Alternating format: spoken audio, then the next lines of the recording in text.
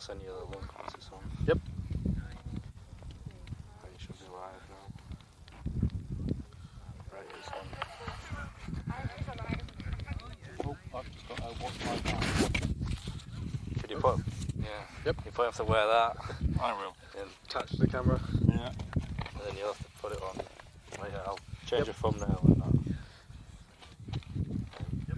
I'll send it to you now. Prove that I follow it and I've got it set up for alerts. I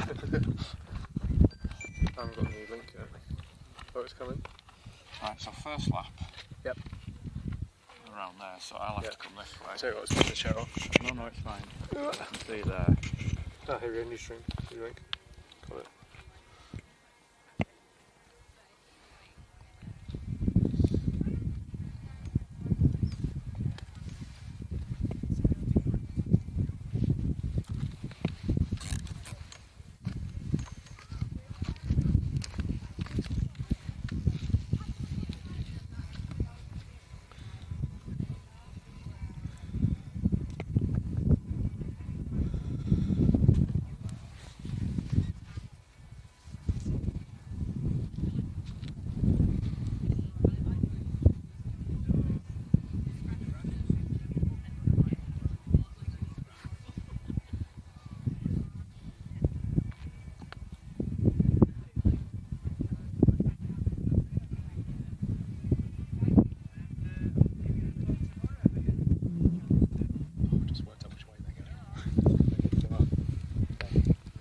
Yeah, they go Yeah.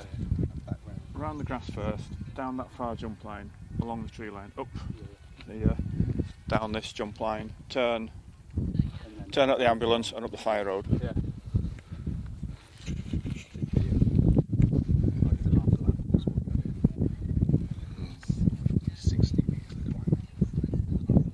In this or the main course? Okay. There they go. Oh.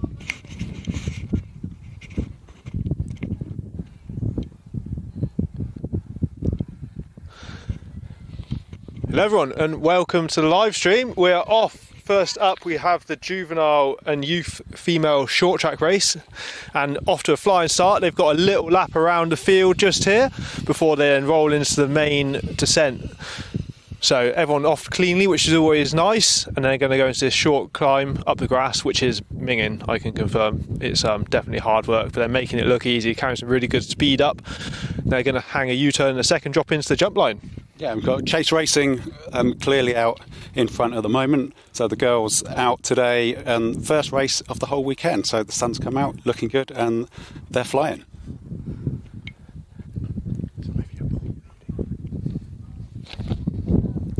So we've got Olivia Poole from Specialised Youth Development Team out in the lead by the looks of it, as they just come out into the first jump line, making their way down. Should see some heads bobbing up. We've tried to pick a position where you can see most of the course, because we've just got the one camera live today.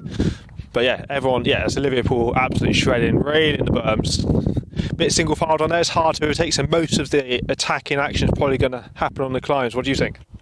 Yeah, I mean, this is a course where going downhill is the fun bits, and you can make a little bit and you can make big mistakes, but to be honest, the race result is probably going to be determined on how well you can climb and how well you can time your endurance. Definitely. But then speed, if you can carry it on the downhill whilst recovering, then there's definitely an advantage to be had. Maybe get a gap on some of the other riders. Yeah, and we've got some riders who are in the race today who haven't done much this year. This is really part of their prep for the cross season. And so people like Isla Patterson, for example, we could well see her coming through, really strong rider. And let's see how they're coming as they're coming up. So get a good look at them at the pace. I mean, it's a bit slower, but it's not much slower on the climb. Absolutely flying. Still Olivia Poole out in front. It's Heidi in second. And it's Heidi in second place. Hang on to where they've got a bit of a gap by the looks of things. Yeah, and as just mentioned, it looks like it is Isla Patterson who is coming through in third place at the moment. She'll be strong on the climbs. We can certainly expect to see that. And it looks like we have Hope Racing right next to them. Yep, also the Welsh Champs jerseys went through. That was last weekend, the Welsh Short Track Champs. So good to see that getting its debut. So they should be dropping into the technical descent. Oh. Here they are now. So we've still got Olivia Poole out in front, descending really smoothly, working the berms. So Olivia and Heidi have been 1, 2 or up there or thereabouts all year this year. And in fact, Eve here in third place, another rider. So this top 3 is perhaps what we'd expect, and with Patterson in 4th.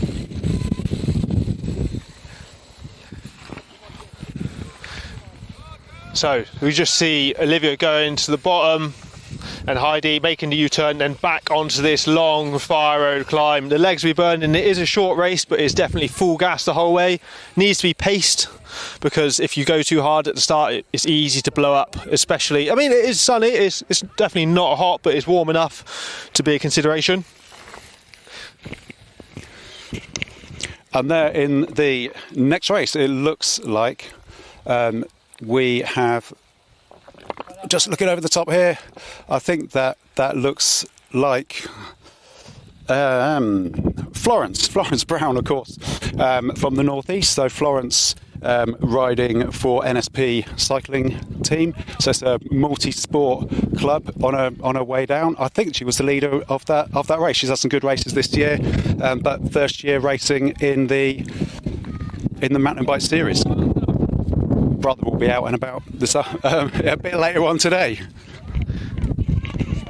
Brilliant. So here we see the main chase group coming up, absolutely relentless on this first lap, jostling for the positions now, trying to get ahead before that next descent where overtaking can be quite tricky. So on the gas on the up, and then trying to recover on the downs. As they round the top into the start finish again, they're not going to do the field lap this time, it's just for the start loop, so they'll drop straight into that technical descent, as we can see now, Olivia and Heidi. Yeah, so the two out the front. So we've seen Olivia all season out the front of these races, well ahead so much of the time.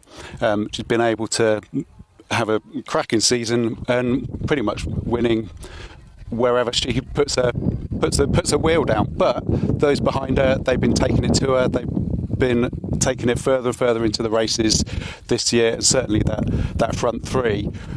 They know each other, they know each other's backs, they've seen each other all year, and this time I think we're going to be seeing that 3 and potentially look out for them later in the weekend. So we should also say it was a bit rushed at the start because we had to change live stream links, but we're now up and running, I believe, and we are at Woody's Bike Park here in Cornwall. And here we have the leaders coming up again, but the short track is part of the main XCO track for Saturday and Sunday. There's a lot of climbing here, as you can see, because this is a very big steep hill. But these two girls are absolutely flying. Got a good gap, but it's still a lot of racing to go. So we'll have to see. People could blow up, even though they have ridden strong all year. We'll have to see how it goes. And will they try and save some matches for Sunday's race? Who knows? Yeah, so at the moment we've got about 10 seconds between the first leading pair and then Eve from third place.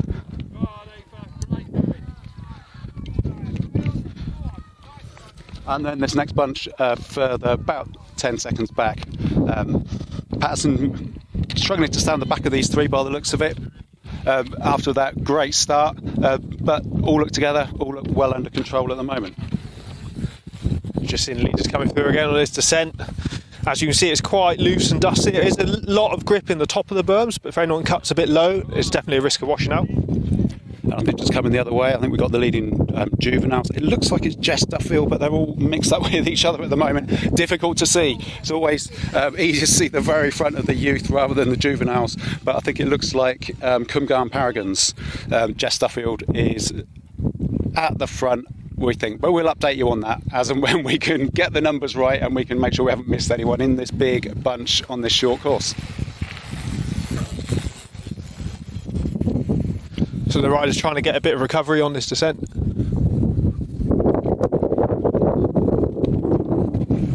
And as we can see, on the climb in the youth race, Olivia's made a break. The Specialised Youth Development Team rider, she's broken the elastic by the looks of it. Has she gone too early, or is this just a big show of force?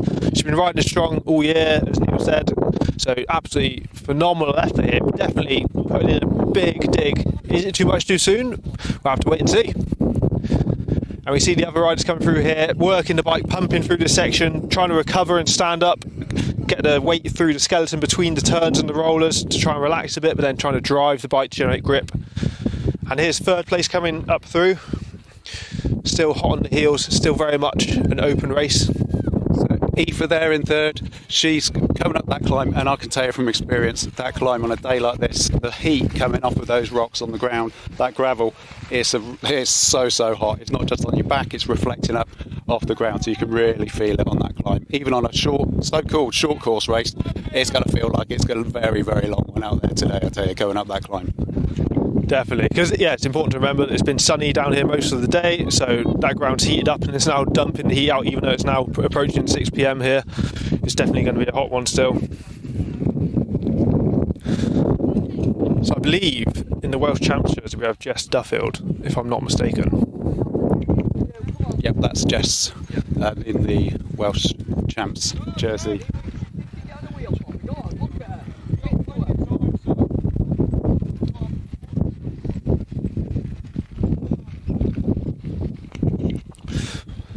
But it's great to see so many girls here riding. We've got a really good field and a good depth of the field as well. So yeah, it's great to see everyone here ahead of the XCO Champs on Sunday, getting stuck in on the Friday night short track, taking the afternoon off school perhaps to sneak on down. And we've got, this is Olivia, the elastic's definitely snapped, coming up the climb now. A very dominant performance, really put a lot of time in now to Heidi. You have to wait and see how much it is, but riding extremely strong, looking great, got a great tempo going there. Rolling the shoulders a bit of effort going in, but it's not surprising up such a steep climb. Yeah, looking very smart in a nice gritty kit there, riding for Specialised of course, looking really strong at the moment, but to be fair, she always looks strong. And you probably can't hear it, but we can hear Heidi coming about. She's definitely breathing.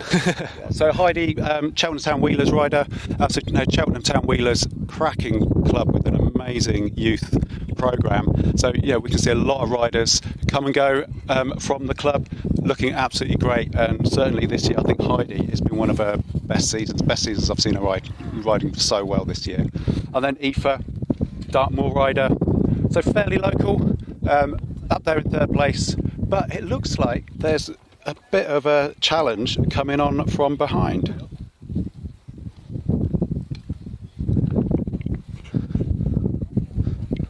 So it's still a very open race. First and second place definitely have a gap, and third even, but it's still, those top 5 positions are still very much open. All the girls really getting stuck in, keeping the chain tight up there. It's definitely not an easy climb. See the Jets rider going through, and we also see Jessica Oldham coming up, looking quite strong, just gone past out of shot in the Hope Factory racing kit. Really good day out. And Olivia's back up onto the main climb again to round out this lap. Be going across the start finish soon. I think this might be Ely Scally. Coming down the descent. Yeah, in the Juvenile. Yep. Further back. Yep, in the yellow and blue kit we can see here, number 299 coming in. Which will mean that she's taken the lead. Oh, amazing. Great work there.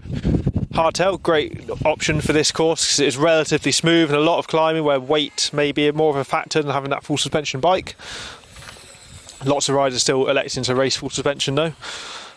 But definitely a popular choice of the riders, Woody's Bike Park. Quite one line in places, but very good fun. Lots of big berms throughout. Although rain is forecast for Sunday, so I have to see what the weather does. Hopefully it'll play ball. And Duffield there with a Welsh jersey. Amazing riding family, and we may well see Mum Duffield racing in the short track a little bit later on today. Probably hoping to get a podium. Full generation of Duffields racing. It's always good to see. Oh, some fantastic area for the jump there, and then rail in the turns. Didn't quite catch the number, but the Stafford Road Club rider flying. And I think we're about 2 laps to go now, so we've got 10 minutes left in the race. So a bit of an effort to put in, and it'll be that last interval coming through, trying to get that best result that they can, because got to remember, this is a proper competition and we're getting jerseys. Yeah, definitely. It's not about points today like we've seen the rest of the year. It's all about just the one jersey and the medals. So everything to play for, all in. Last race of the season for a lot of these young women, and going to definitely put it all out there and give it a big old nudge. So as we pan around, lovely view of the sea, and Olivia is coming up again, absolutely hammering those pedals, seated, putting out some great power. Really strong ride, as we've seen all year, as we said earlier. But definitely still good to see her pushing on despite the gap, because anything can happen. You can get a flat, can roll a tyre, snap a chain, all sorts. So it's not over till it's over in mountain biking, as I'm sure many of you watching at home will know. Or maybe not watching at home, you could be here watching, just getting a bit of commentary.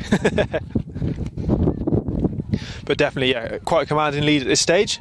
So I have to see how everyone else is going. So I reckon that lead is up to about 25 seconds now. But the second, third place is not over by a long way. They are visibly closer to when we last saw them. Of course, this is the uphill. So what can look quite close can be, actually when they're going downhill, a lot longer. Having said that, we've got a really, really close, around about 4 seconds, we think, coming up there. So this is Aoife's opportunity, I think, here. If she's going to do it, she's got to get onto them pretty quick. Definitely. So it'll be interesting to see which one is the better descender, perhaps. Maybe they can make up some time on the descent while they recover, open that gap back up.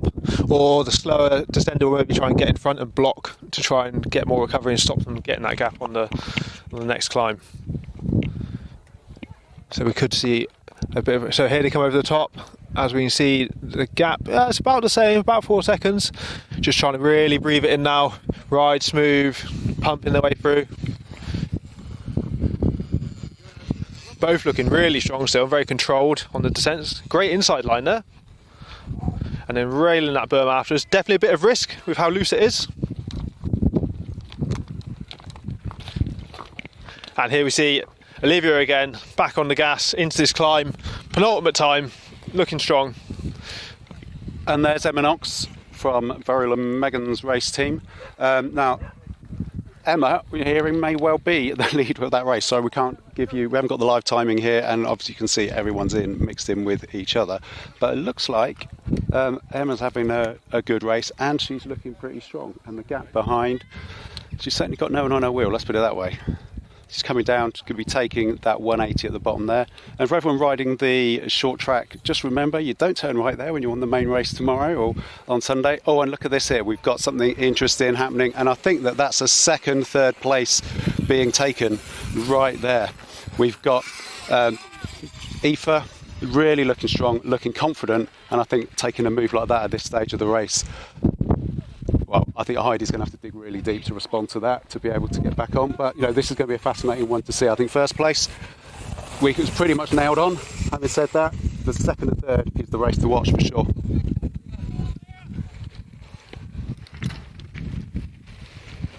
So they've just gone out of sight now around the top.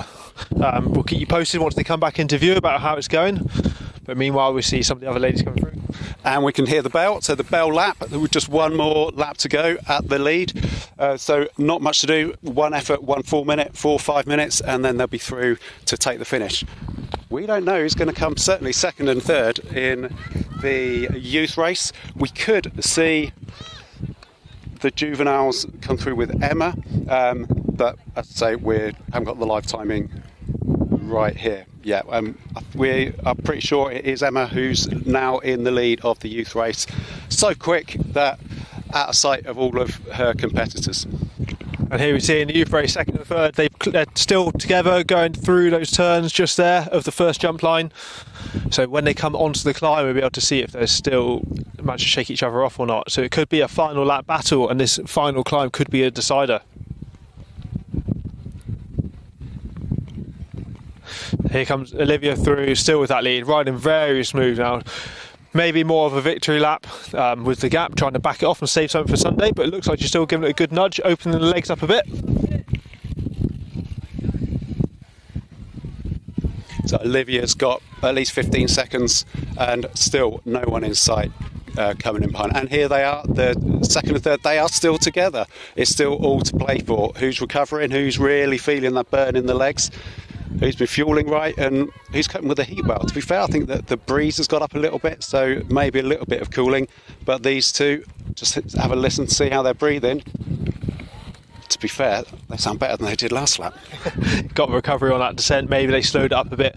Heidi's let her come through and is now sitting in, working smart. Perhaps went out a bit hard at the start, trying to chase Olivia, and is now recovered. Who knows? We'll have to see as they come into this last main technical descent.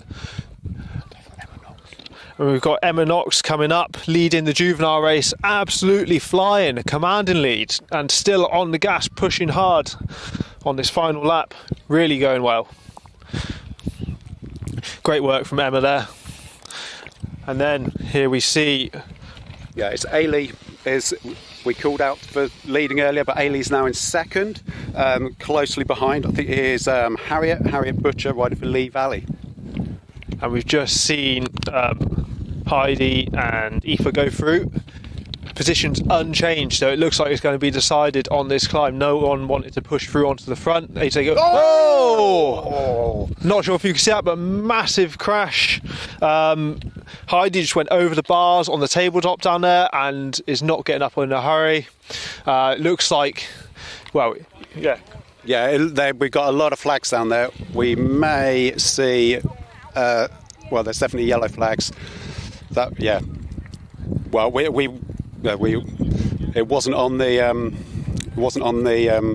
camera, I don't think, but yeah, that was too much speed coming over the a gap jump, trying to gap it, and should say it didn't end well. But let's not say anything else about that. And now, yeah, that's really nice to see. Actually, I mean, Emma Knox just took a really steady and slow going through, and so we will see how we're going. We'll give you updates on the race as we keep going through. So here's Ailey, who is now in second place in the Juvenile competition, taking it nice and slow and steady coming down. I think there's quite a few yellow flags out, just to tell people to keep it nice and steady on this last lap. And there goes Harriet, who is third place. So a Lee Valley kit, very familiar kit to us all.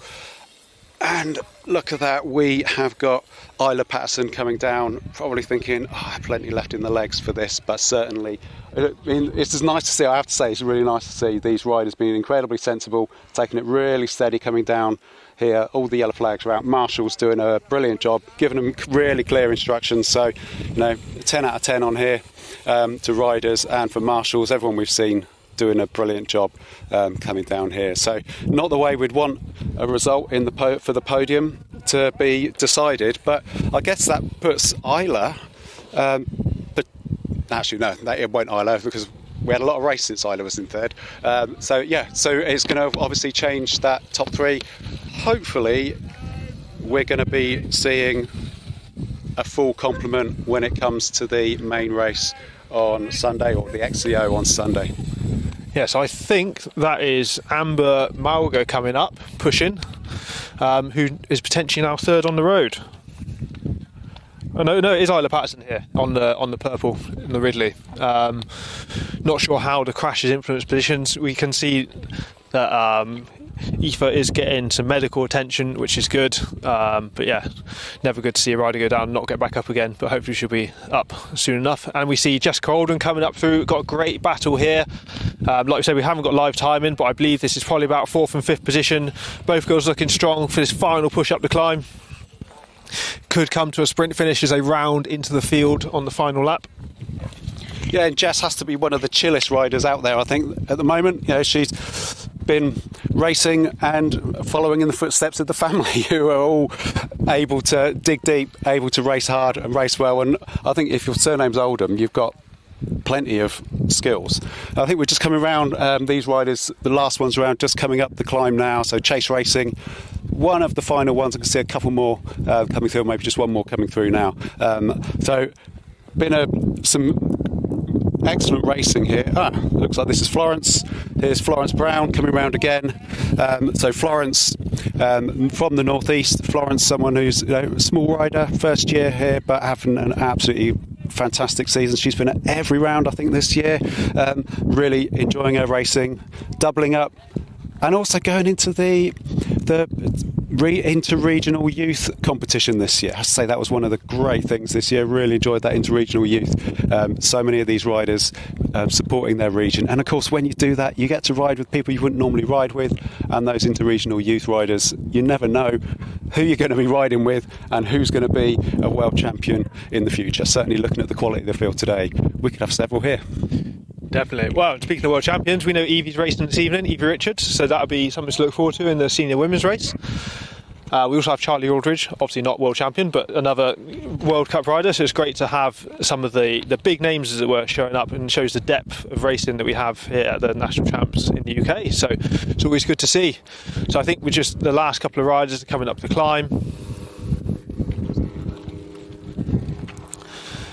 As, yeah, we see Florence coming up to climb for the final time. It doesn't get easier, does it, every time you do it? Only gets trickier. Yeah, I would like to keep my power and to have Florence's weight, I have to say. So coming up that climb there is certainly a tricky one. And it looks like Isla Patterson's actually going down just to check out friends and make sure they're okay. So that's, again, nice to see. You know, everyone's friends, they've known each other for a long time, and as much as you want to beat them, you also want them to finish the race. Definitely. No one likes to see riders go down. Everyone's friends on and off the track, which is good to see, despite going bar to bar in XCO, as our final rider leads the shot. So I believe that is the end of our juvenile and youth female race. We'll of course keep you posted on the incident. Hopefully there won't be any delays. Hopefully everything will be sorted out relatively quickly, because we have the juvenile and youth open race at 6 p.m, which is 5 minutes time. So we'll have to wait and see, but we'll keep you posted and speak to you in a bit.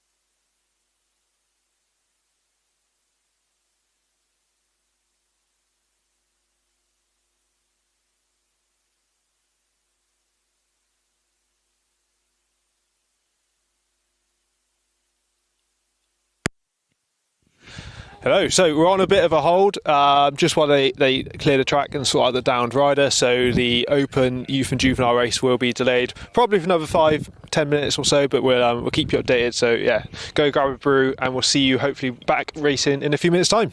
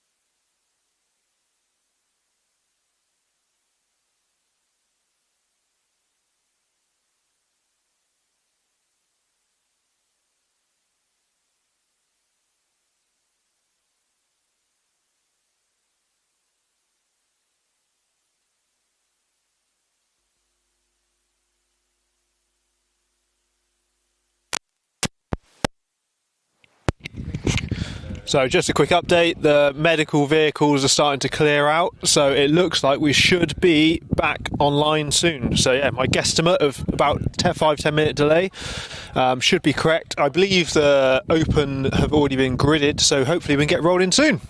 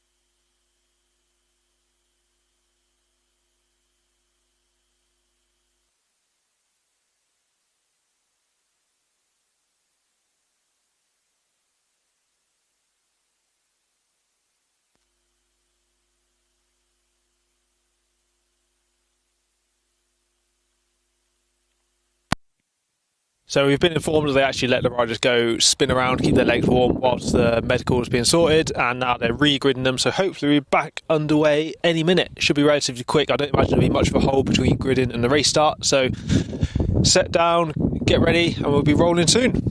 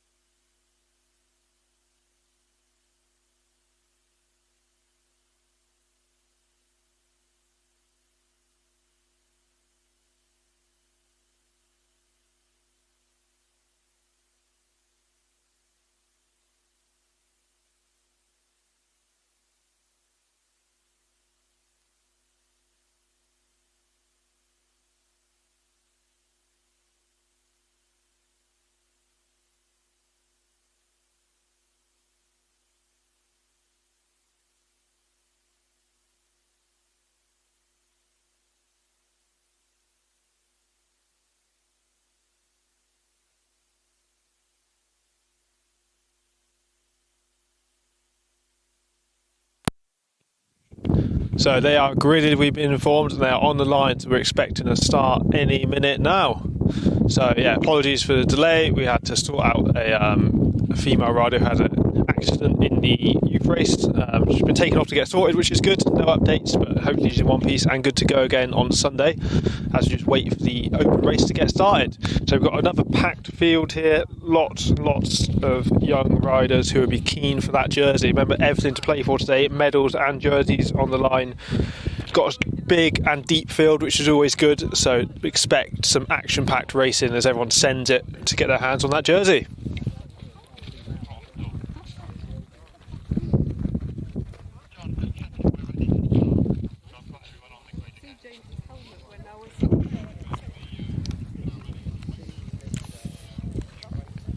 So if you're only just joining us, welcome to Woodies. You've got myself here, Ashley Lott, and we've got Neil Mansfield, or Crosscast Neil.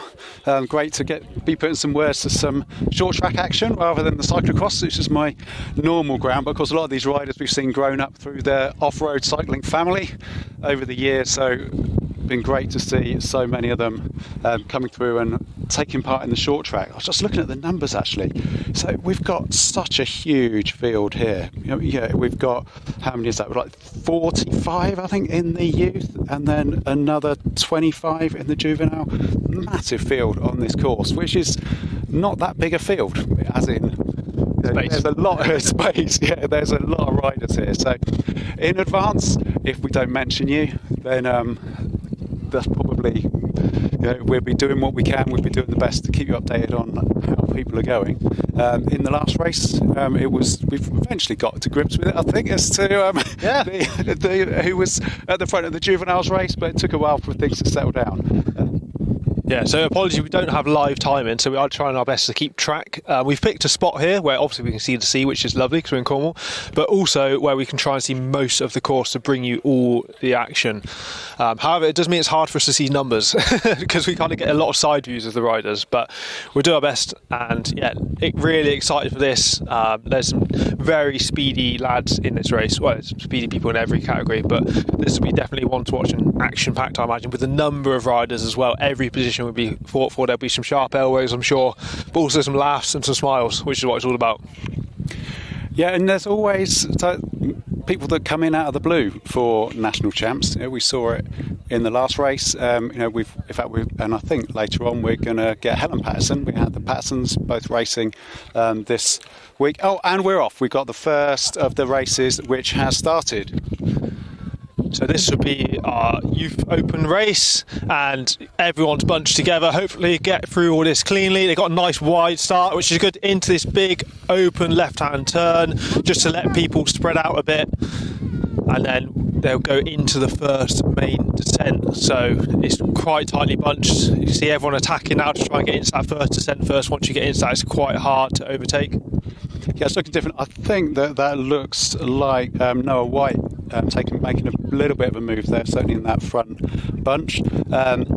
Just coming around there, just going around the 180 at the top. That's the infamous 180 at the top. It isn't quite as sharp, and it's got a bit more grip than it did have a few years ago when a few people came off on that and did their wrists.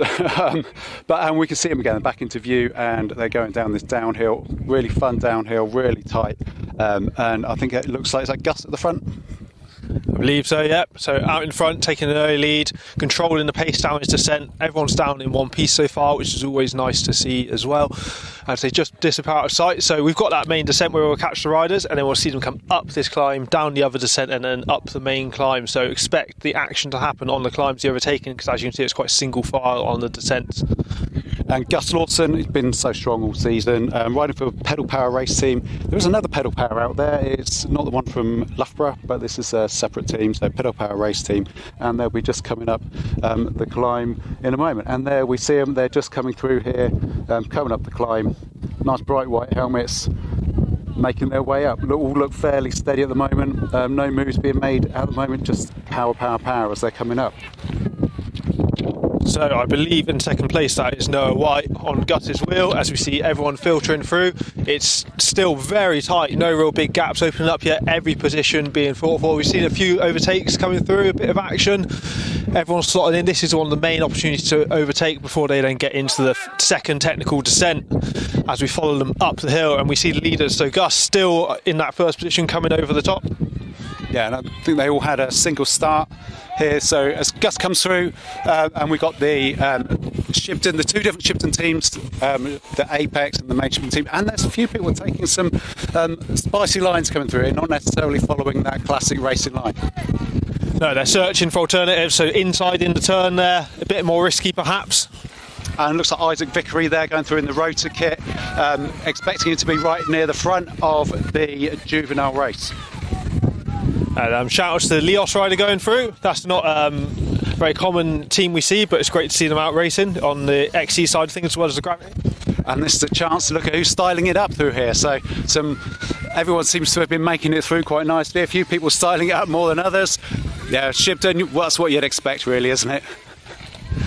Definitely, and we should see the leaders. Yep, here they come, and it's bar to bar. We now have, it looks like Noah is giving a Gus a run for his money, and in third place that looks like 438 to me, which is that's Wilfred. So it's got front four riders getting away, but then there's still fifth and sixth closely following behind.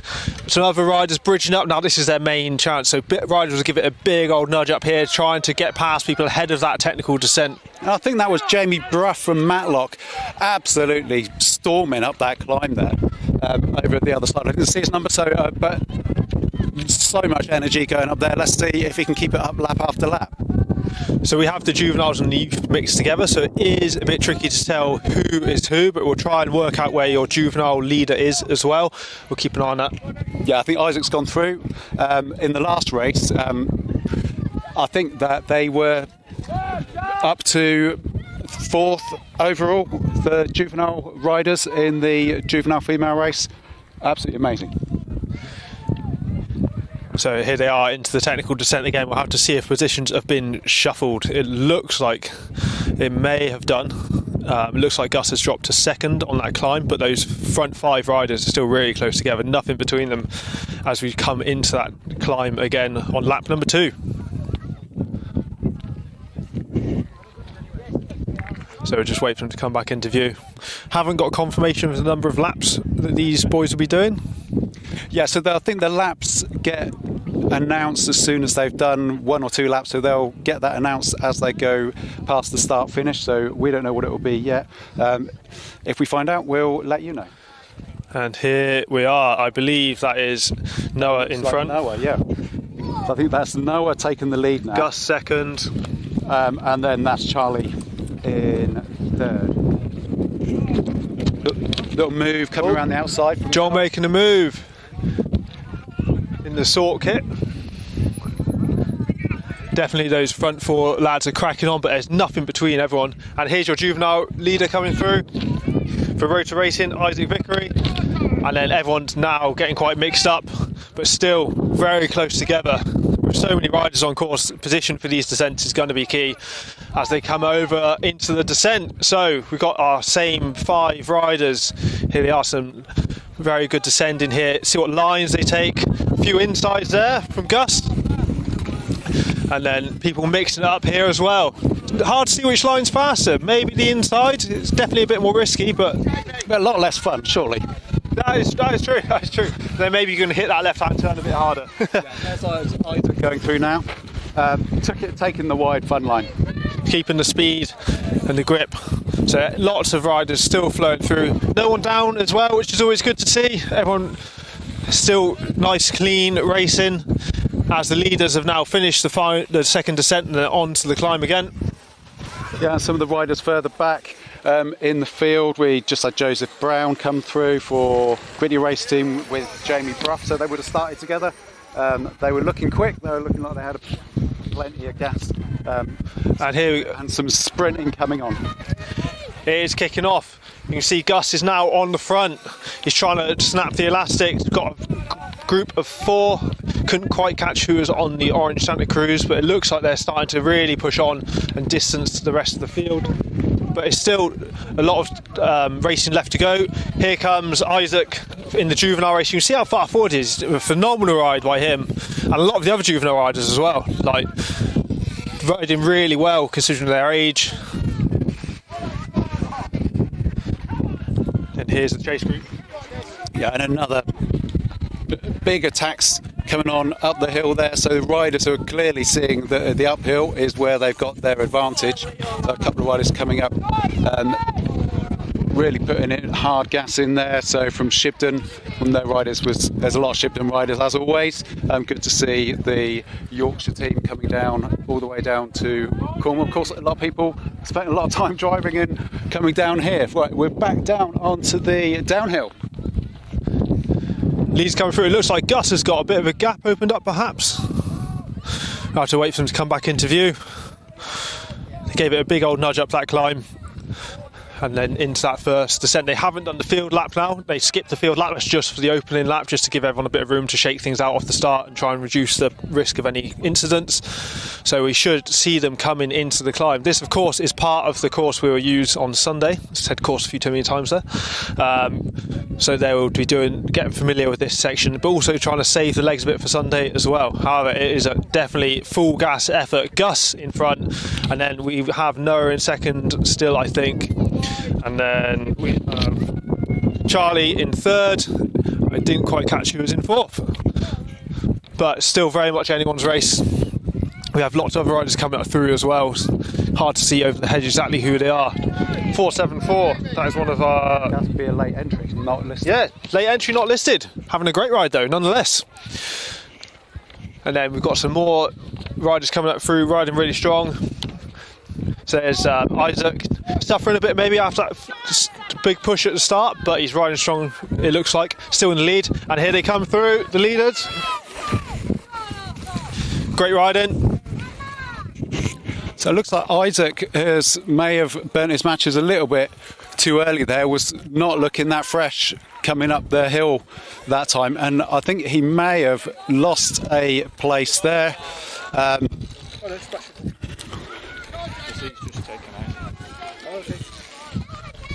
Yeah, so definitely Isaac coming through. Sebastian Horn certainly making a good move, and we've got Isaac here not looking great.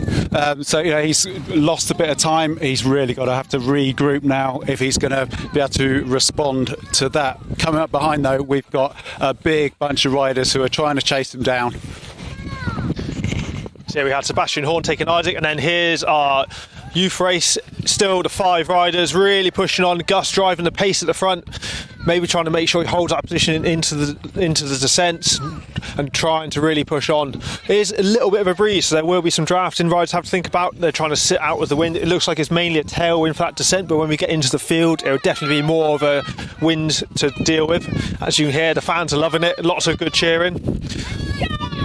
So that is Sam Horn out in front of our juvenile race. He's gone past Isaac, who maybe went... Sebastian, not Sam. Yeah, and he was looking over his shoulder, having a good chat. Seems like he's having a really, really good ride. Definitely, and here's Isaac suffering a bit and swaying. I can't see who's behind him on the canyon, but it could be a U4 juvenile rider. Looking strong though, riding really well. Here's some more people pushing up, moving through on this climb, getting in a bit of a dig.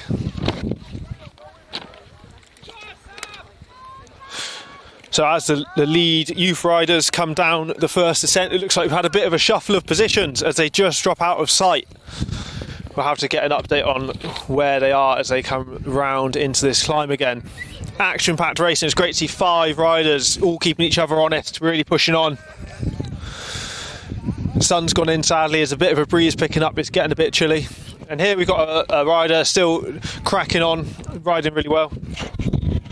Yeah, so Sebastian Horn, a rider that we've not seen, he's not been over here. Good reason for that, which is he lives in Portugal. So a British family living in Portugal, racing for a Portuguese team. But coming over here, he's been podiuming every single round in the Portuguese series this year.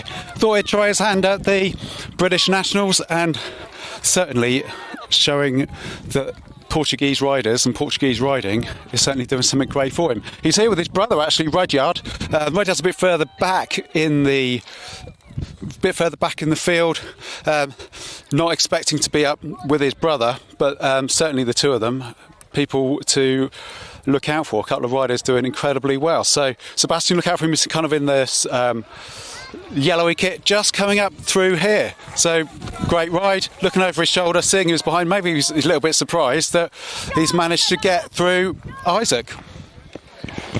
And we just had our youth leaders go through. So it's Charlie out in front, Noah second, Gus in third, I believe, as they just round out the second descent onto the climb again, all getting down smoothly over the jump. We had a bit of an incident earlier in the girls' race. I believe that's Wilfred just going through into shot now, taking that nice inside line and railing turn after as the leaders come onto the climb. So here they are, pushing on. It looks as though it's still Charlie in front, but we'll wait as they come into view. Great to see everyone out cheering, really busy. And there's our juvenile leader going through as well. Oh, so here we go, they're cracking on. So Gus is giving it a bit of a nudge. Charlie is hanging in there. And then we've also got Joel pushing on and Noah as well. So still 4 riders going really strong. Nothing between them, all pushing each other on. Yeah, so the 4 riders at the front there, it's all looking like they're waiting for each other. They're beating a little bit out of each other, trying to get that energy stores down, but everyone's responding all the time. You're seeing them, they're trying to do attacks time and again and waiting to find the right place. Of course, that strategy within a race, absolutely vital. When are you going to go? And if with a bunch of people, you can't just go and hope that you're going to drop them, because they could well come back to you in a minute or two's time. Kind of, I'll see you later, and they'll be back on you. So really good for their development, really good to learn how to ride strategically, particularly at the front of the race. And there we've got coming up the hill, we've got the leader, Sebastian, of the juvenile category, the Lula rider from Portugal. And we hope if the youth riders dropping in again into that first descent, riding really well. All still together. It's probably going to come down to the last lap, it looks like. No one's wanting to break away and drag others with them, so they definitely trade in punches, trying to wear each other out, but also trying to suss the water, maybe think about where to attack to make it stick. So we should see them coming through. Got a rider here on his way up, looks like a juvenile rider. That is, I think, Lucas McCann from Chase Racing, 476, yep. Yeah, one of the Chase racers. One of the Chase racers, strong ride, and here come our youth riders. So Gus back in front. up out of the pedals, stamping his way up, but everyone sticking to his wheel like glue. And then we have still everyone else who was there before. So we got Joel, Noah and Charlie, all nothing between them, can't seem to shake them off, keeping each other honest. You might have heard it on the mic, I don't know if you did, but quite fun to see. You've got the leaders coming through and then they call to the rider who they're overtaking, they're lapping by name. Always good to do. If you're lapping someone, you know their name, and then they're much more likely to get out of your way. They're going to know it's you and you're going to be coming through. And then when you've got the calibre of these riders here, you're going to be off the front there. And it looks like there's a slight gap opening up. Just here we've got Joel, who's been trying to stay on them. He's gridded a little bit further back today, but this time he's got a slight gap. Have they dropped him, or is he going to be comfortable and be able to get them back on the climb? Yeah, it's quite a gap opening up. I think they've probably dropped him. Maybe he blew a bit on that climb and then got gapped coming into descent.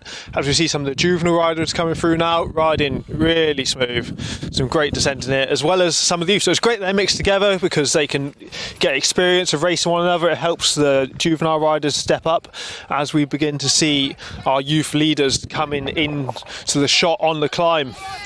So also shout out to Noah, who's there getting some photos. You might be able to see him in the shot. He's in a great spot. And here we go, there's three. So Joel has been dropped. It's the three boys. We've got Noah, Gus, all pushing the pace at the front and absolutely cracking on. Joel is hanging on though. He's still riding strong. You know, he's not bobbing and weaving too much. He's pushing a good cadence. He's not blowing too much, I don't think. Maybe he's being smart. Maybe he'll be back in the race soon. We'll have to wait and see how it plays out. I think it's clear he hasn't lost his head. That's the thing. Sometimes you see riders and they can get dropped and their head will go down. His hasn't. He's still in a good position there. You don't know what's going to happen ahead. Maybe he will be able to come back and recover from that. I think it's a big ask because I think those at the front are still looking at each other more than looking behind. And there can't be that much of this race left, you know. I don't know how many laps they've got left, but they're going to be thinking about that. They're going to be seeing it on the lap board. And when that number's coming down, we're going. And you know, every time we see the Matlock riders coming up that hill, he's ramming it. He's going so fast. And there's the lead. There's the lead right there of the Juvenile race. So Sebastian Horn, another absolutely superb ride. Almost fell off the start mound. We're stood, not start mound, the jump landing was stood on. Had a bit of a wobble just then, but I'm back on my feet, so it's all good. We've just seen leaders come over the top. They've gone down the first descent and they're rolling their way back into this climb. We haven't got an update on the number of laps, but we'll keep you posted when we listen out for the bell. So they should be coming through any second now. And here they are. So Gus sat in second wheel, still looking strong, as we see Charlie pushing the pace and Noah hanging in there. Nothing between them still. Really driving the pace up this climb. I doubt I can go up that climb that fast myself. Well, I can guarantee that I won't. I'll be out there tomorrow, giving it a go. But yeah, I'm not even going to bother timing how quickly they're going up this climb. I'll blame it on they're racing for a lot shorter time than me. But this is another really fascinating race here. It's one of those ones we can see the lead changes every time they come round. Someone else is in the front and then they're relaxing into it. At some point we've got to see one of them really give it the effort, which could be the race winning move. I don't know, I think they might all just be sitting in waiting for that last big attack. It looks like Joel's dropped off. Oh, here he is. So yeah, I think maybe he's blowing a bit of a gasket, maybe went a bit hard a bit too soon, but looking really good. We see the three leaders down at the bottom round that tight U-turn, lose all their speed and get stuck into the climb. The legs are definitely going to be burning now, as we see some more riders coming through, having a great time, enjoying the course. Definitely puts a smile on everyone's faces. And Gus is putting in a big dig. Yes, here he is. He's up out the saddles, stamping on the pedals. Oh, he's really going. He's really going.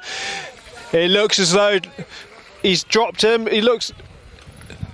Charlie is blowing at the back, but Noah's going with it. Oh no, and Gus is opening up the gap. Noah can't go with him either. They all had the same speed, it seemed. It's just who had it for long enough, who had it for the longest. So it was the rocket lasted for much longer for Gus than for Charlie and for Noah, and we can see the result. So at the moment, it's looking like we're in that order. We've got Gus, who's going to be, he had a gap certainly when he went out of sight for us. It's a while before we see him again, but he was looking strong there, and he was still going quick. He was still accelerating. Well, it's the bell, but it's not. It's on the crowd ringing the bell. Wrong bell. We're listening for the bell though. So we think that was probably the last lap, given the attack that Gus put in. We didn't see the finish, obviously, because they haven't come through the descent yet. But it does mean the juvenile race is still to play for. So we'll wait for our juvenile race leaders, as it looks like they're coming up the hill. So we see Seb, and then with Seb, it looks like we have another rider in yellow. I can't quite make out his number, but the two riders in yellow look to be our juvenile race leaders. Here they go. So there's Seb, and he is attacking the rider in the fluoro yellow helmet. I can't quite make out your name, I'm very sorry. Is that 474? It looks like it. No, he's unlisted. So, giving it a really good nudge from Sibden, but it looks like Seb has done it, and he's going to hang on unless he can pull something out of the bag to close that gap. So a really brave ride from these juveniles, great pacing and a big old push. So this is the final lap, I can confirm, and we've got some other riders coming through, so we'll give some shout outs to them. So who have we got here? That looks like a Jersey kit, going too fast to read the numbers. Oh, absolutely flying though. The youth is looking great, and we've got a big attack here for some of the other places in the juvenile race. You know, I was wondering if that was Sam Ganese coming through there. He's certainly a Solent Pirates rider, and he was absolutely smashing it in the cyclocross last year. Did a really, really good season. I don't think he ever got a win last season, but he was certainly there or thereabouts. And Solent Pirates, this is the first race where they've had a team come for the National Point Series. Well, this isn't National Point Series, this is, of course, the National Championships. And so maybe Solent Pirates should be out there a little bit more, because we've had a couple of riders who have been well up there today, with Isla Patterson in the race earlier. Solent Pirates rider coming through potentially for a podium there. Can they get any more later on? We've certainly got other riders who will have been coming up probably in the same van. So riders just coming through now, coming up the hill. That looks like a rider from the West Mids, and some still coming down. It always feels like a long way coming up that final climb. But of course, when they went out of sight, both of those races, they were close, and they went out of sight, and we don't know who's actually got the podiums on either of them. No. We are hoping to be dynamic for the senior races later, with maybe a sprint up the hill by myself and Ruben to try and get the finish, but we'll have to wait and see. We have got a mobile set up here, but it's still a tripod and everything with some batteries and a camera, so how fast that will be, we'll have to wait, but we'll definitely bring you all the action. So the juvenile race is tying up. We've got our last rider on the final drag, giving it a really brave nudge. I'm going to try and give him a shout out, test my eyesight now, because it is quite hard to see his number. So he's going to be coming into shot any second. At least the sun's out and he's not having to slog up here in the rain. A very brave effort. From here, I think it might be a Litchfield kit, which would be William Goodwin. Yeah, that's a Litchfield kit. That's a classic kit, that one. That's been pretty much unchanged for a long, long time. Must be 15 years that Litchfield have been riding in that, and there have been some rather good riders have come through the Litchfield. People who are currently riding in the Tour de France, I think, came through Litchfield with Lewis Askey. So yeah, some very, very solid riders have come through that, and when you've got people of that calibre, Ben Askey of course as well, have got people of that calibre, then why change the kit?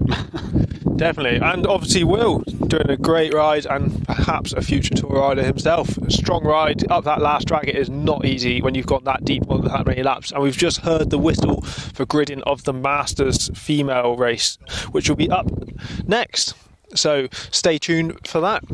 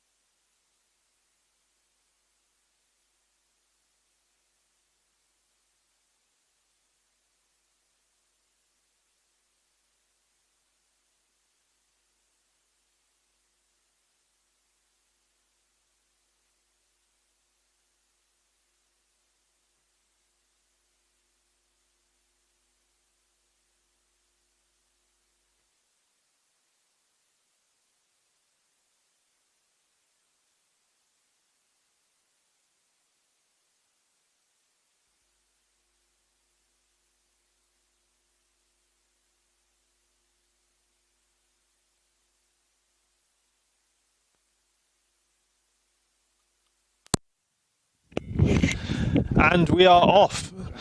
So Jane Barr with an early lead. And then we've got Natalie Smith at the back of this group. Everyone away cleanly. A few intervals. You see Karen, the defending champ, coming through. Angela Laycock, just a few people to shout out. Yeah, and then at the back there we've got Sarah, Miss Cookie as she's known, and then it looks like Carolyn Spears. Good to see actually Carolyn Spears make the start line. She hasn't had the best week in terms of illness, and has clearly recovered, and certainly so far so good. Really good start to the race, and they've just come around the top and they're on their way down. Not sure who that is just at the back there. Maybe had a bit of a mechanical chain slip or something at the start, missed their pedal perhaps. Yeah, looks back and riding though, so it can't be anything too bad in terms of mechanical failure. So here they are as we drop into the first main descent. So if you're just joining us, they'll do this field lap just on the start loop, and then they'll skip it for the remainder. They'll hit this main descent and then 2 main climbs and then another technical descent. Lots of fun, fast flowing features, berms, rollers, lots of jumps and things to pump. Everyone away smoothly, which is always good to see on the start of these races, as our leaders just are disappearing out of shot, but they'll be into this climb shortly. Yeah, so it's interesting. I mean, Karen Heppenstall, the defending Masters 40 champion, didn't have a good start, was way back and was needing to attack really hard down the field on the first lap. So we'll find out later what happened to Karen coming down there. But perhaps no surprise, Jane Barr, very, very strong rider. She's been out riding. Jane Barr in the lead, just coming up the hill now. The sun shining off the helmet, showing you such a... sun's come out. It's nice, good conditions here for racing. But Jane's been well up there. She's been doing some longer events more recently. Based out of Scotland. Based out of Stirling, I believe, the bike shop where she works. In fact, I think they even own it. So yeah, she's having a really good ride so far. Several seconds ahead, probably 5-10 seconds, and then that chasing group, they're properly chasing. And we have Marina Duffield coming through in a champs jersey, and unfortunately we've got a rider off and running. There's Karen Price, maybe a chain or something. Oh, she's remounting. That's good. Hopefully it's just to get the momentum back, get on a bit of a flatter section of the course. Sarah Craig. Sarah Craig. Yeah, so Sarah Craig in the Ride for Charlie jersey. So Sarah Craig, she's kind of come into the racing a lot more in the past 2 or 3 years. Ride for Charlie jersey, and of course those people who know Ride for Charlie, supporting younger riders, basically having adventures on bikes, a lot of it racing. It doesn't have to be, so please keep supporting Ride for Charlie, and if you're a young rider, make the most of Ride for Charlie. There goes Karen Heppenstall coming through here on the berms. Taking it down, and right at the bottom there we've got Jane already taking that 180 at the bottom, and on the climb coming back up. And then in second place, I believe that is it? No, it's not Karen Price. We said her a minute ago she had the chain issue. Can't quite see the numbers, but we've got another chase group. We've got Natalie Smith and Angela Laycock. They are in the 40s race, so we've got a number of age groups combined here, like with the youth and juvenile races earlier. Jane Barr is leading the 40s, and then closely behind her on the Canyon bike, can't quite see the number, but she's in the One Planet kit, is Sherry Mills, so she's leading the 50s race. And then on the blue bike there, well, we have Angela Laycock and Natalie Smith going head to head, so they'll be fighting for second in the 40s. And then we have numbers at 467, nope, be 487. Cracking on. Can't make out who that was.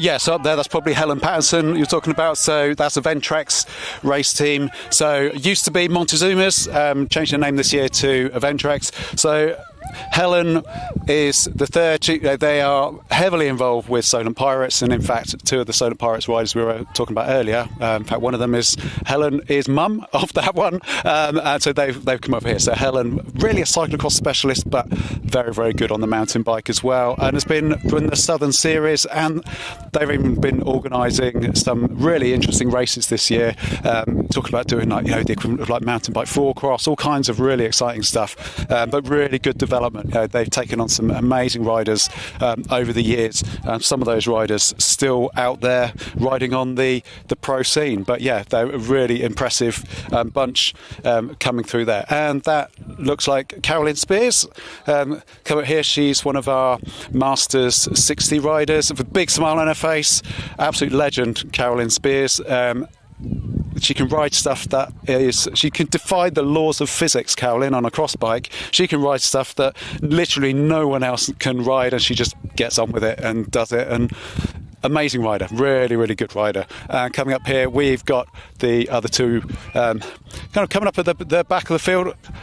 Why is it that these ones all seem to be the happiest on the course here, having a really good time coming up here? The Sarah Grimshaw and the Abergavenny rider is Carol Miller. Yep. And we've got Jane starting to come up the climb here, back into sight. She's not making much change to the gap here, but it's still got a comfortable lead. Yeah, so we've got Jane Barr leading the 40s race, and it looks like in second we still have a 50s rider riding really strong. That is number 488, Sherry Mills. So then we've got this main chase group, which is a bit of a mix and match. Angela Laycock from the 40s cracking on. Natalie Smith just behind in third place.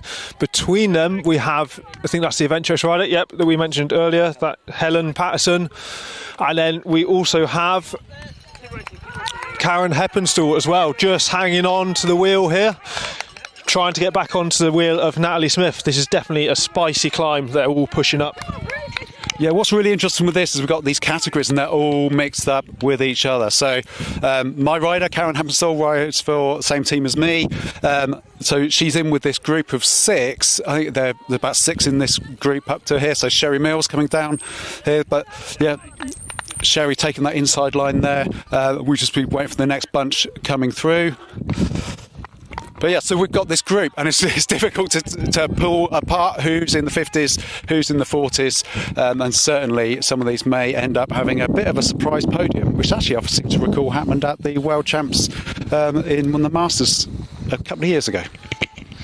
Yeah, and it's great to have more women on course, because then they can start to use each other. There's a bit more of a race dynamic, so you can get some drafting, because there is definitely a bit of a wind, as we said earlier, in the other races that we've had so far. But it looks like Jane Barr and Sherry Mills are really cracking on at the front. They would be smart to work together, save their legs a bit, but Jane just wants to get it gone, I think. Yeah, Sherry's such a powerful rider. She's kind of come back this year a bit more to racing, and has kind of come along and has been so powerful. She's got the skills, she's clearly got the power on this climb, and it's kind of coming up this like it's not even there. You know, I think a normal person would only go up there at that speed if they're on an e-bike, so it's just looking absolutely great, riding up there on the canyon. Super ride. Definitely. Things are cooling down a bit as the weather, as this evening comes in. The sun's gone in a bit as well. So the rider just went through, number 485, Melanie Paddington Smith is the one that had a bit of a technical issue at the start maybe. And here we go, it is kicking off. So we've got Helen Patterson giving it a bit of a nudge, dropping Angela. Karen is also pushing her way up through, and Natalie Smith seems to be dropping off the back of the group a bit, but lots of people cheering her name. I hope she can get back on. She is a good descender, Natalie, so maybe she'll bridge the gap back, but they're starting to get strung out a bit on this main climb. Yeah, so what we've got there are the top 2 50s coming through and the top 4 of the 40s. So they're all racing for something here, which is quite nice to see. Let's hope that they're able to understand who's in which race and they can attack at the right points. Megan Mulberry just going through, so big shout out to her, looking strong in the HUP CC kit. Marina Duffield going through, and didn't quite catch the numbers of these two. Oh, that's Sarah Craig going through, Ride for Charlie, as we mentioned earlier. So, and the sun's come back out. Lovely. Look at that. Perfect timing. So our leaders will be, we haven't had an update on the number of laps yet, but they are obviously ticking them off and flying. Some great pace coming through.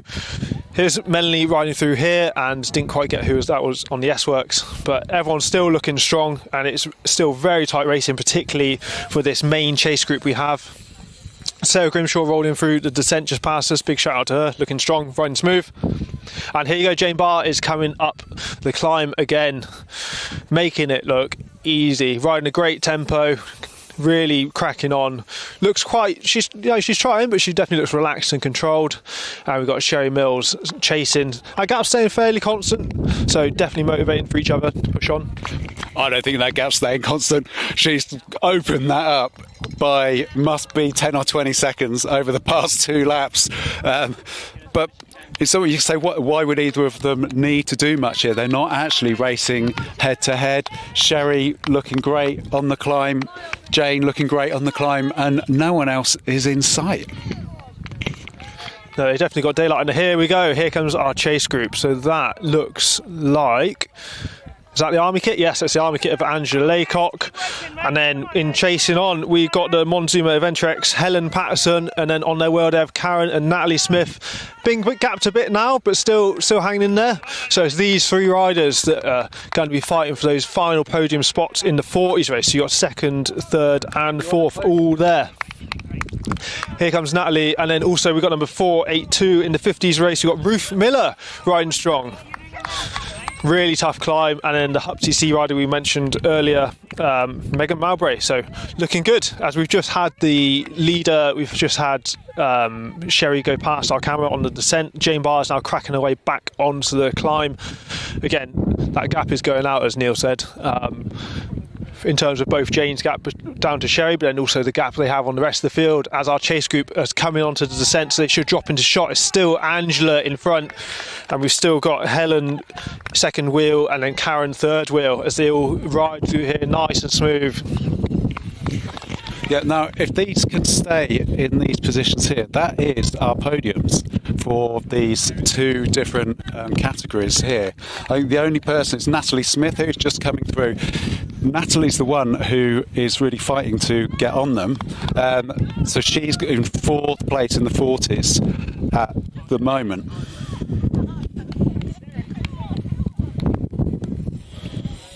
So it's nice to see this XCC racing, and they've been building this team over the past 2 or 3 years, bringing in quite a few riders. Hub's been supporting the sport, which has been nice, particularly in Scotland, which is where they're based, and so good to see them coming through. And they're round the bottom, coming round the corner and about to come up the hill. Yeah, I think Angela's starting to break away. She's definitely giving it a nudge on this lap, coming off of that dead turn at the bottom, really dropped. But it looks like she's closed back up again.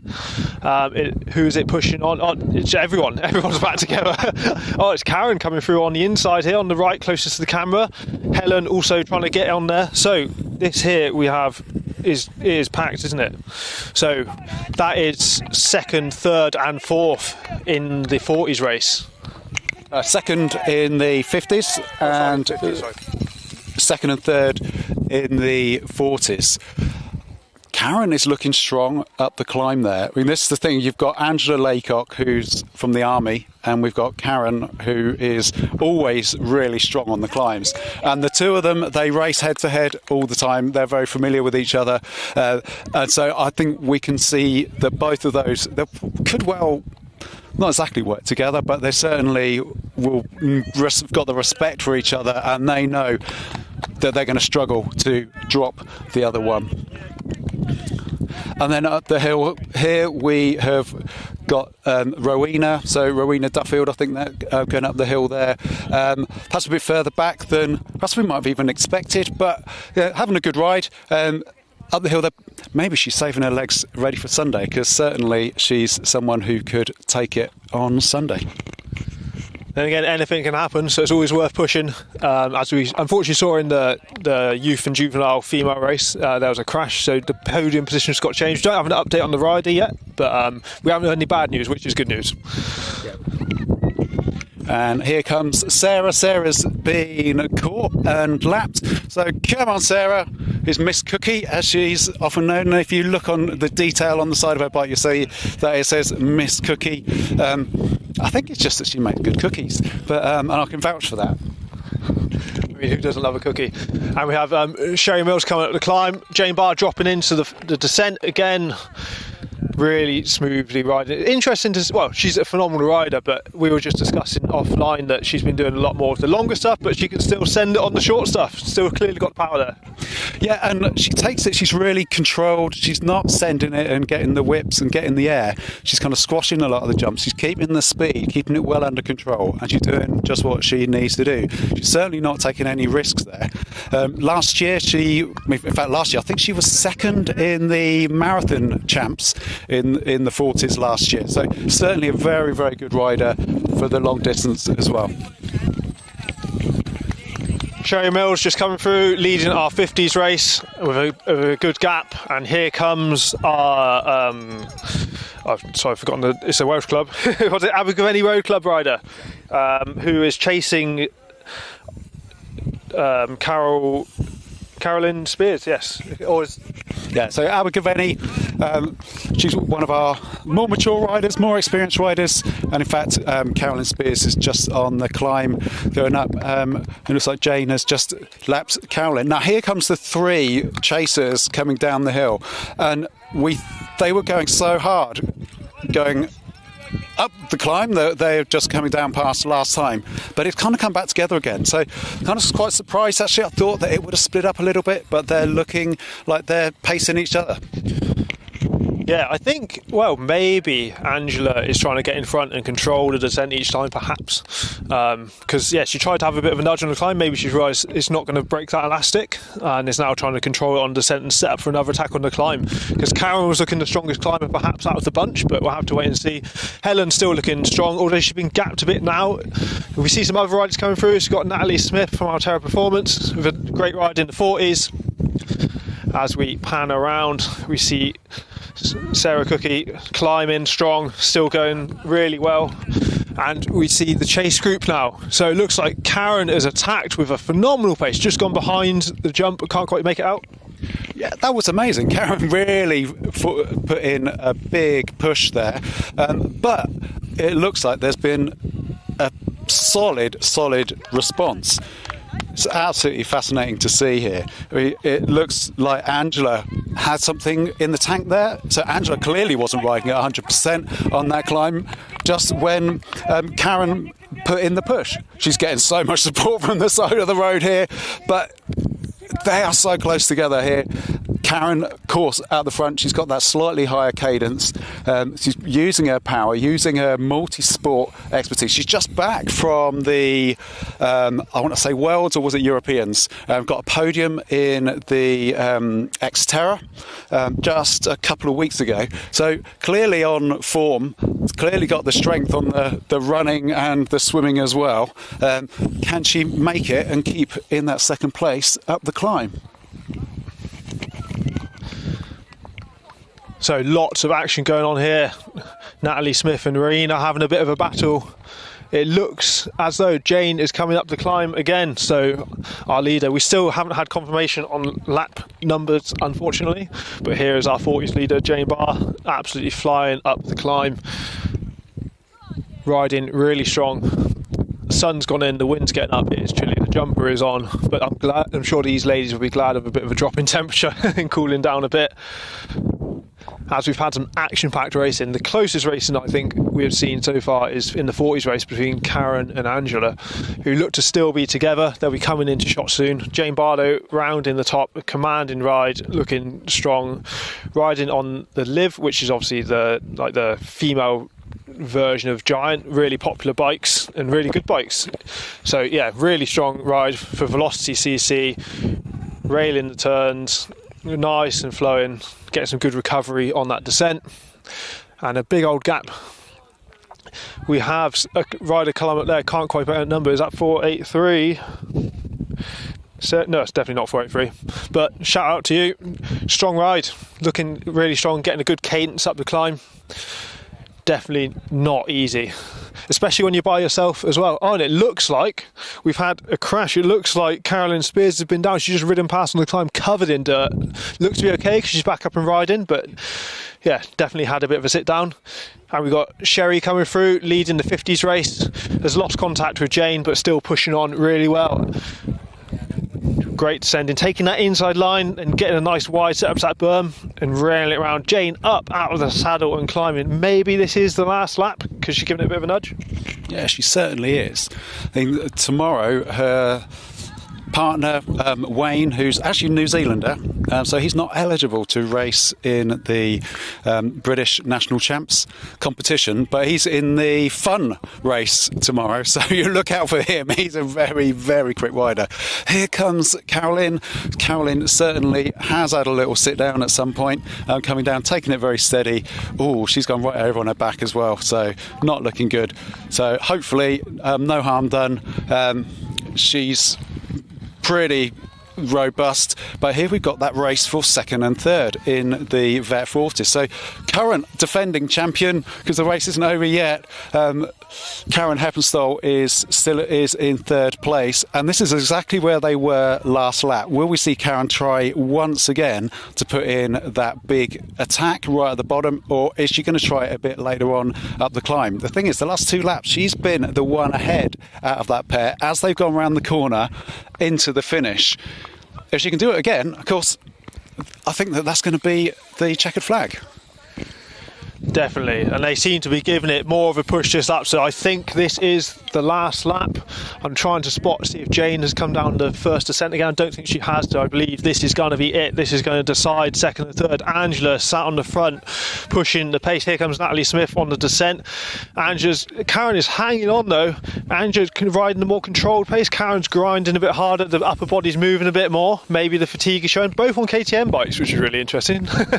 But here we are, and giving it a nudge. Andrew's trying to drop Karen, not quite managing to snap that elastic. Some great cheering there for Anton.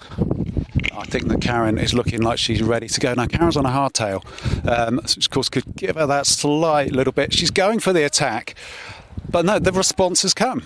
So I think that she did the right thing there, to be honest. I think she was there. She tried something before, and we can just about see them coming around the corner. Can you see them, Ashley? Can you see them coming around the corner? I can hardly see. I could just. There we go. Yeah, no, I think that. Third, rather. Yeah, so third in the race there. So we've got. Let's get things right here. Jane Barr in first place for Velocity 44 race team, Angela Laycock for Army Cycling Union second, Karen Heppenstall for Gritty race team in third. Looks like that's Rowena Duffield coming up the climb here. Someone who we may have thought could have potentially had a place on the podium, certainly has podiumed a lot this year, maybe there later in over the weekend. So some really good climbing there from all of these ladies going through. The last lap for them, Natalie Smith giving it a good push, Sarah Cook, and here again we have our rider from Abergavenny, Carol Miller pushing on, and Sarah Craig giving it a big push for this last climb as well. Certainly not easy, and also we have the quad bike coming through, which is always good. Not being kept busy, which is always nice to see. So great racing from all these ladies.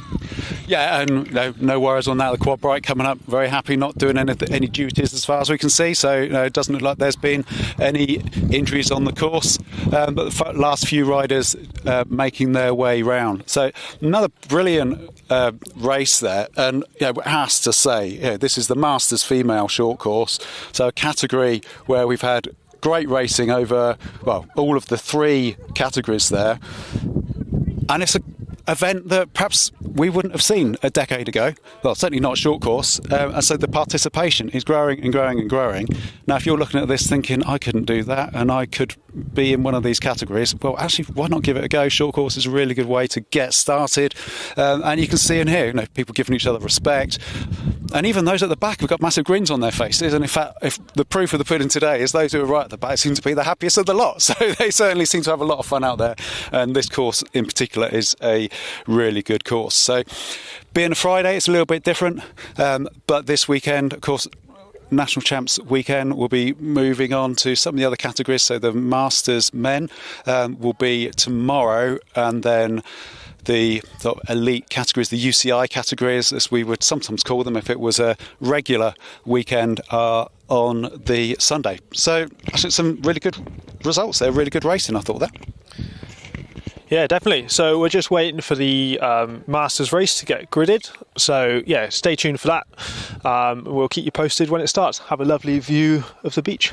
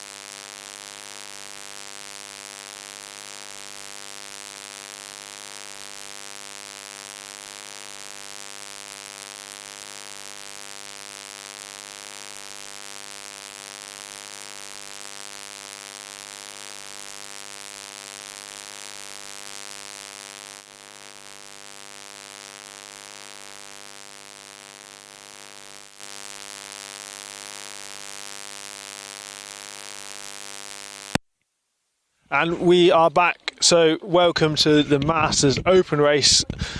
Another large field as we've got a few age groups strewn together. Everyone is away clearly. It looks like Paul Oldham out front as they all come into this first sweeping turn.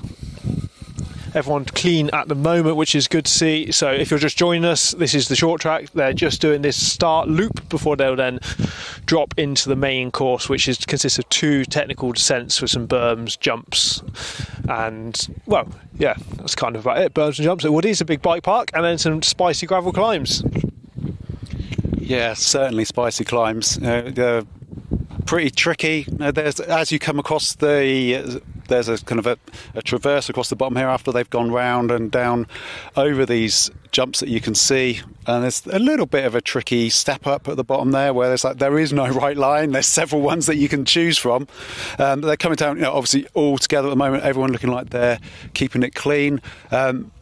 I can just about see the helmets going through here. I think that looks like Paul Oldham still at the front there, but we will see when they come across the bottom and start making their way back up the climb. And this category, of course, has got riders right the way back. I think we've even got vet 70s in this category. Yeah, 2 riders here in the vet 70s, so quite a range of riders. So we'll try to keep you updated on all of those as they come through. So, yep, it is Paul Oldham out in front trying to catch some numbers as they come through. Who is that set in second? Oh, his numbers basically perpendicular to the floor. What was that, 387? 387, so...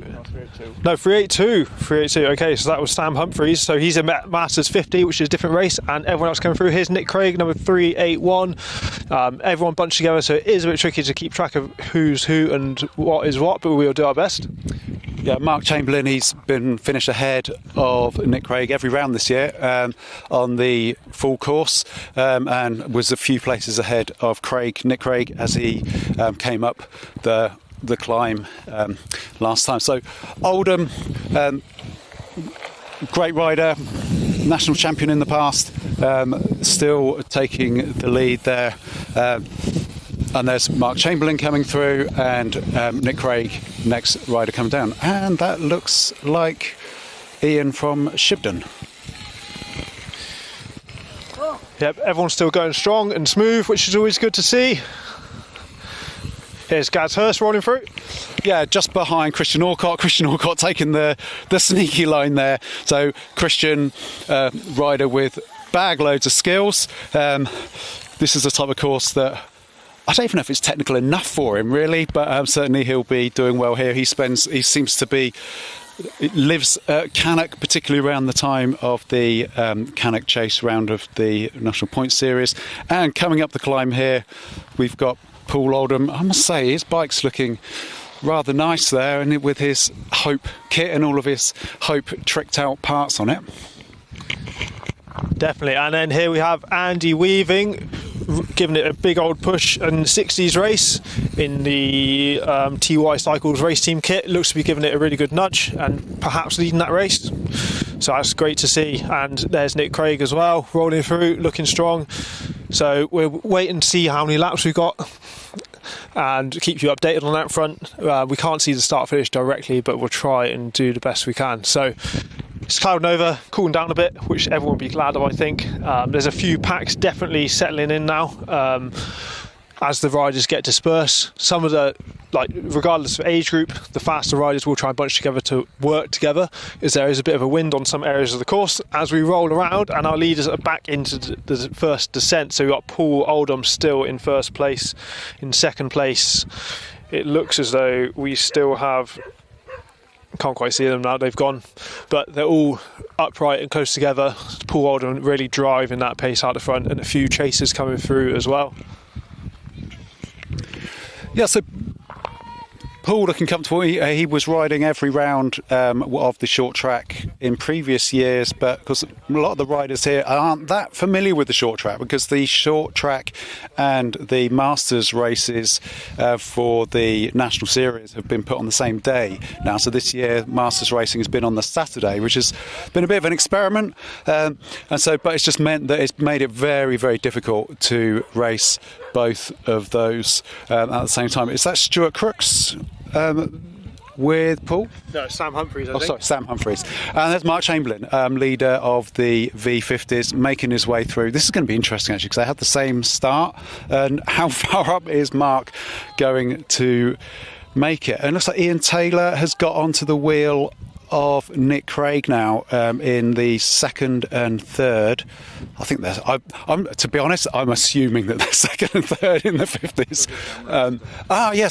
Cameron just ahead of those. So that is going to be one of the races to watch further down in the 50s, because here's Mark Chamberlain coming through, and then Doogie Cameron is ahead, I think, in second in the Masters 50s. We'll update you if we possibly can. Tom Colley there, he's almost become a specialist on the short track this year, and here we've got that bunch of three coming through in the 50s. Yeah, so all really bunched together. They definitely have Paul Oldham out front though, making a bit of a gap with some chasers not too far behind, but yeah, Paul really giving it a big nudge now, and Sam from the 50s being gapped a bit. We have their numbers at 383 on the hardtail S-Works, who is Alan Gunner, so another strong rider who's been riding well in the South region. So very close racing and riding as they start to get a bit spread out though. Nice slight cross tailwind up this climb, so they'll definitely be thankful of that. It's not a direct headwind, that's for sure, as we see everyone rolling through. So it is starting to open up a bit, although we have some attacks. Here you go. So we've got Nick Craig struggling to hold the wheel there. Don't see that very often. Say, Tom Colley looks like he's having a really good ride there. He's well up this time, looking like he's staying ahead of Dougie Cameron is no mean feat. So yeah, really good ride. And then just coming down is John Carr. So John Carr, partner of Cameron Heppenstall, we were talking about in the last race, who was coming through racing in the Vet 40s, or Masters 40s rather, for the women. So Gaz Hurst just in shot, going up there in the 40s race, riding strong. We have seen a few blow-ups today. It is obviously a short race, only about 20 minutes long, but it's still plenty of time to do yourself a mischief. We've seen some people go too early and pop, so anything can happen still. As we see people coming through there, just missed the number of the Wolverina rider there. That was maybe Steve Whitehouse in the 60s race. Here's Clive Powell in the 60s as well, riding really smooth. And our leaders coming up. So Paul Oldham, big gap now over Sam Humphrey. Oh, and Alan Gunner has overtaken Sam Humphrey. So Alan Gunner cracking on and trying to catch. Well, he's now leading the 50s race with Sam Humphrey behind. Third place rider with the orange gloves is 380, which is Mark Chamberlain. So that is your 1, 2, 3 in the 50s race. Yeah, quite an interesting 1, 2, 3 in the 50s there. Whether it's taken a few laps for things to all settle down, really, because it's a short track, difficult to say. I mean, Nick Craig, maybe he's saving himself for tomorrow, but that wouldn't be his style, I think. Nick very often would race the elite as well as the Masters, certainly in the past. But we've got this group of three coming through at the front here. Really quick. Always interesting to see what their lap times are in comparison to the EU elites. Definitely. Well, they say that the Masters are just grey-haired elites, don't they? So there's definitely some speedy riders there, because it's optional once you hit 40, where you can stay in elite if you elect to, or you can drop into the Masters category if you fancy it. I'm quite looking forward to that in a few years, but also quite scared by it. Yeah, just on the climb in the background there, we've got Paul Crapper. Really great to see Paul racing. He's been around forever. It seems he's always been racing for the enjoyment of it. And his son Tom Crapper is going to be racing on Sunday. There we see Paul Oldham, of course. massive lead here, and he's not leading 40s, he's leading the first 3 vet 50s. So it just shows you how, well, first of all, the quality of Paul, but also, of course, the quality of those vet 50s. So just trying to work out who was going through in the Welsh Champs jersey there. Didn't quite catch it, but we'll try and get it next lap. I see Nick Craig pushing on as well. Looks to be rocking and rolling a little bit. The head's bobbing. It's not always a good sign, but maybe he's saving it for tomorrow. As Neil said, more riders coming through on the descent, keeping it smooth. Some great riding, and then everyone attacking up this climb. So as we were saying in the earlier races, the climbs are the only real place you can overtake. It's quite difficult to overtake on the descents because it is quite a one-line course and quite narrow. People will try it though, but you will lose a lot of speed if you just inside someone. So yeah, mainly the climbs are the place to attack. So maybe the less technically gifted riders are trying to hold up the pace on the descent as the race wears on.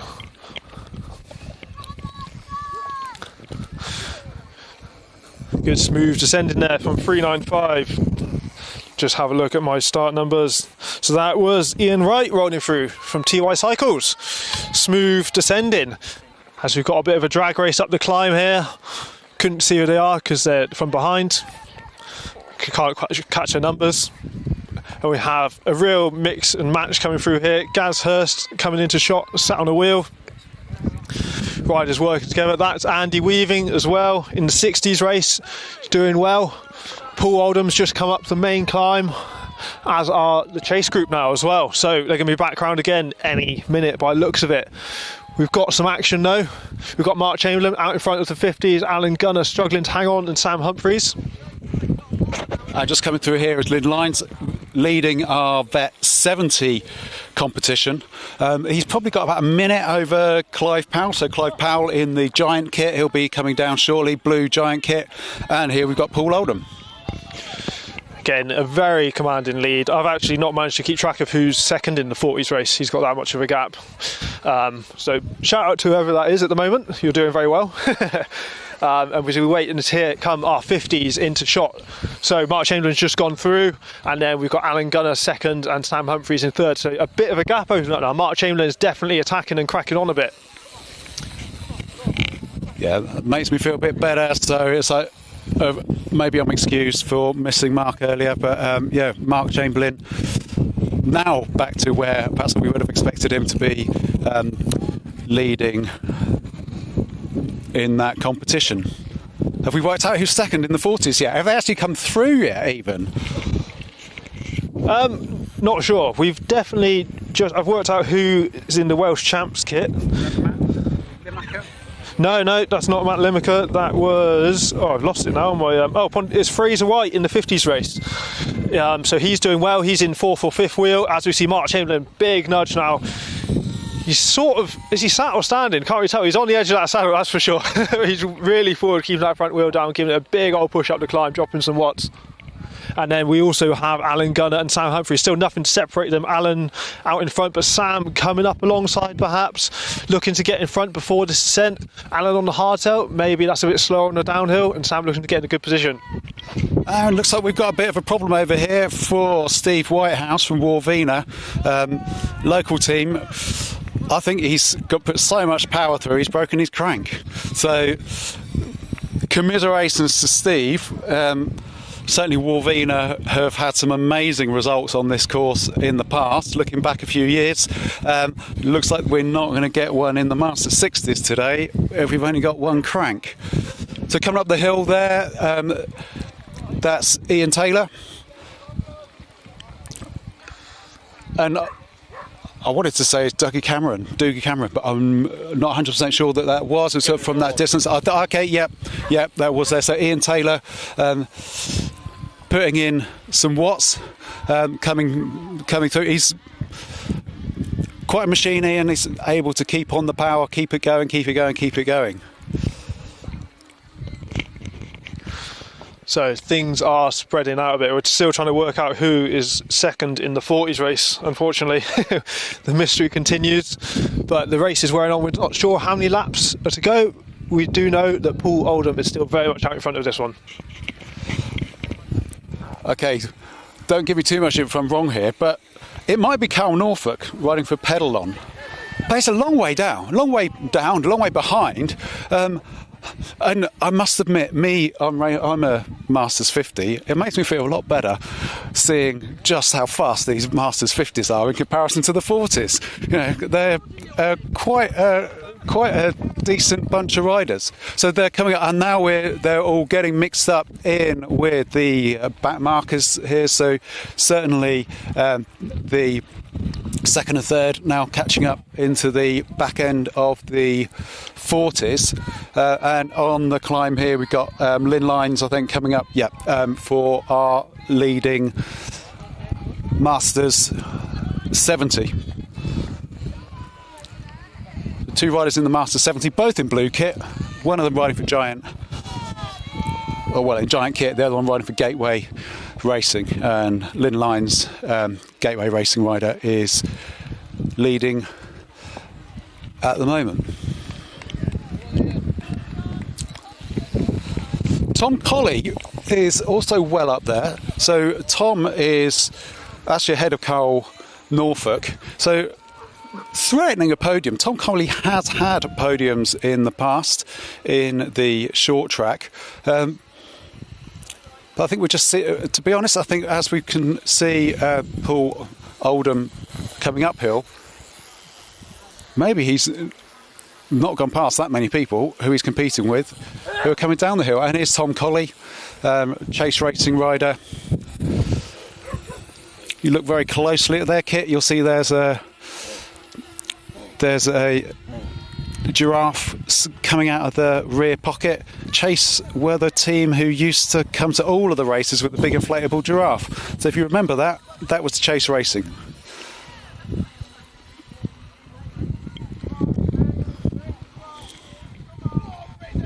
Okay, so that's our Chase group for the 50s. Yeah, Nick Craig.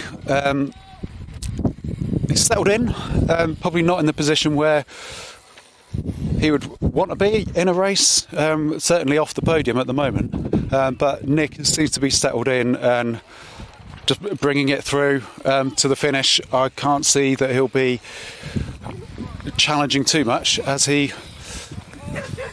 goes through the rest of the race. So there's Ian Taylor in the Shibden kit.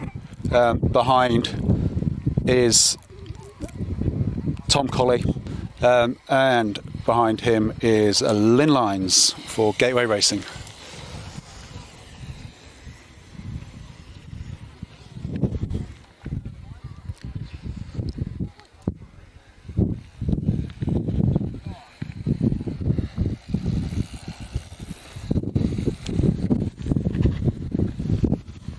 So a bunch of our Master 60s were just coming down the hill there, as you saw coming through from all over, as we're very used to here, people travelling up and down, even those people who will have seen around here is we don't really have a gantry at the moment because even the British cycling truck got stuck on the way through. And there we have our leader, Mark Chamberlain, for the Masters 50. So Sam is catching Mark Chamberlain. He's just gone through and he's dropped Alan Gunner. Alan Gunner just coming into shot in the blue kit, and that is Fraser, I believe, the 388 Welsh Champs rider. Yep. And you know, Nick Craig is looking a bit stronger coming up the hill here. He's really settled in. We know that Nick can sometimes take half of a race to warm up. The question is this race long enough for him to make that count? He's certainly chasing in and is looking like he's quite capable of getting close to the podium. Whether he can actually get on it or not now, after that half a lap coming through and with a couple of cracking climbs, pretty good going.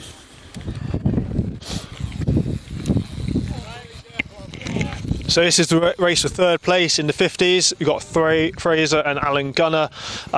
Tom has definitely broken away, as we can see him in the bottom of the shot, on just rounding onto the far road. Mark Chamberlain, does look like Tom is closing on Mark Chamberlain, perhaps a little bit, not enough. It does look like this could be the last lap. We haven't heard the bell, but it seems like everyone is definitely giving it a bit of a nudge up the climb here as they come on to this big gravel climb. And here's Mark Chamberlain stamping on the pedals, up out the saddle, really pushing on, looking really good. And then here is Sam Humphrey, not able to close that gap. This could be the last lap. And then here we have it. This is the final spot on the podium. We have Alan Gunner and we have Fraser pushing away really hard there. So third place Fraser currently. Alan on his wheel, maybe going to attack round.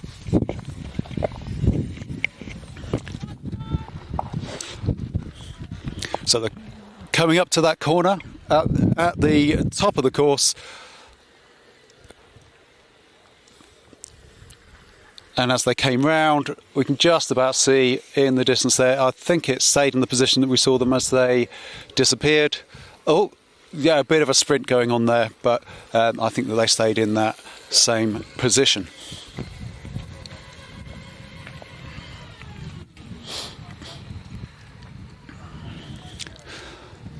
And then coming up the hill here, we've got Thomas Colley for Chase Racing. Looks like he's had a really good day out today. And then a bit further back, there looks like a pedal-on kit coming through. So the pedal-on kit for Carl Norfolk. Pedal-on, I've had some really, really good riders coming through over the years, very used to being at the front of the races. And this time, another really good ride coming through from Carl for pedal-on.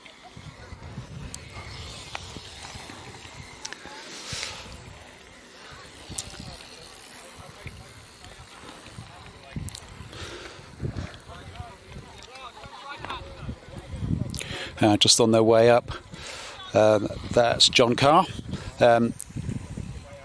He's a lap rider. And just coming up in the blue and yellow, that's our leader for the Masters 70, Lynn Lyons for Gateway Racing, and it looks like Lynn is going to be certainly taking the win in the Masters 70 competition. Amazing to see Lynn riding when he's into his 70s. Yeah, certain of the people watching this, might feel a very long way away, but probably you'll be there before you know it. But it'd be great to try to get that whole life into racing. Looks like Christian Alcott's putting in the watts here, coming up the hill, really mashing it up there. He's using his power, looking tired, but he's really digging deep there, trying to get that position. I think he's got it. I think he looked over his shoulder there, and I think he knows that he's taken that position. Lots of mashing up the hill there, Christian, but a good performance coming through. And just coming up the hill, we've got second place in the Masters 70, Clive Powell in the Giant jersey. I presume he's on a Giant bike. Can you recognise it from there? Anthem, definitely. Yep, Giant Anthem, classic. Classic Giant Anthem. And then Abergavenny rider just behind. Paul Crapper, mentioned Paul before. You'll see him in the pits. He'll be pitting for Hope. He'll be pitting for his son Tom. Gives a lot to cycling, off-road cycling in general. A real stalwart in Abergavenny. Not just Abergavenny, but also in Welsh cycling, and I have to say, nationally, one of the characters of the sport, and certainly always there to give you a hand when you're waiting in the pits and you need a hand. Cool, so that is our Open Masters race done. We're going to take a short break whilst we get gridded ready for the next race, which I believe off the top of my head is the senior female race, so, and junior and under 23 as well. So keep tuned in for that. We're going to senior and junior. There's no under 23 choice for short track. So enjoy the sea view for a bit while we get gridded, and then we're back soon.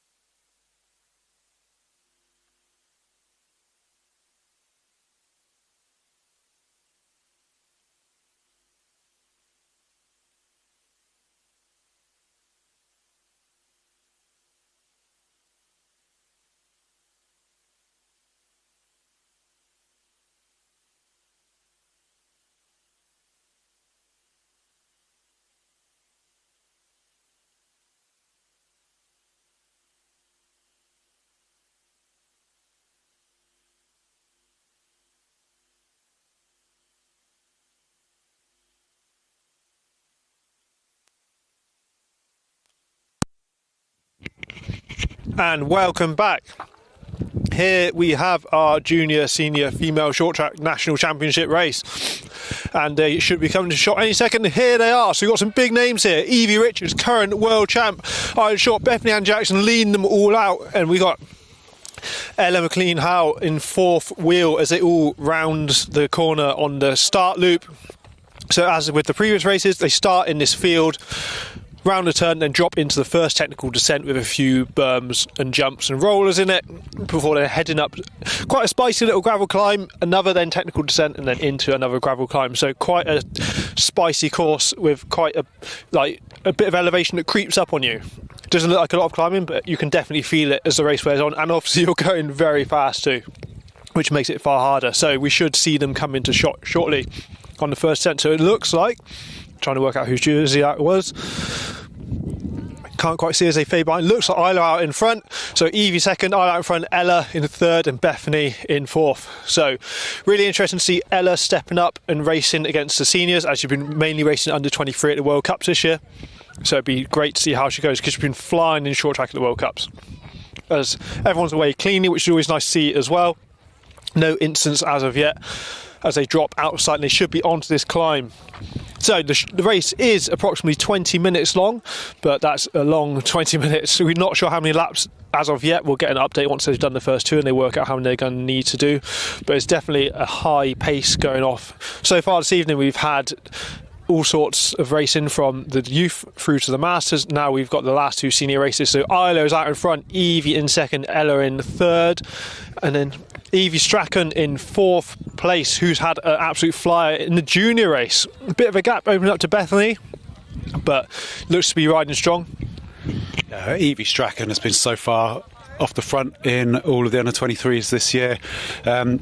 Absolutely amazing, and not surprised actually to see that she's staying so close there.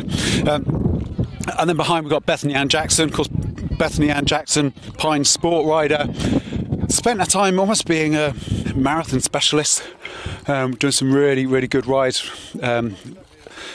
Had a good ride in Glen Trett at the World Champs a few years ago, and they're coming through, and as we can see, Isla hasn't got quite the same gap on the start as she had at the World Cup a few weeks ago, or last week, but yeah, really a cracking start there.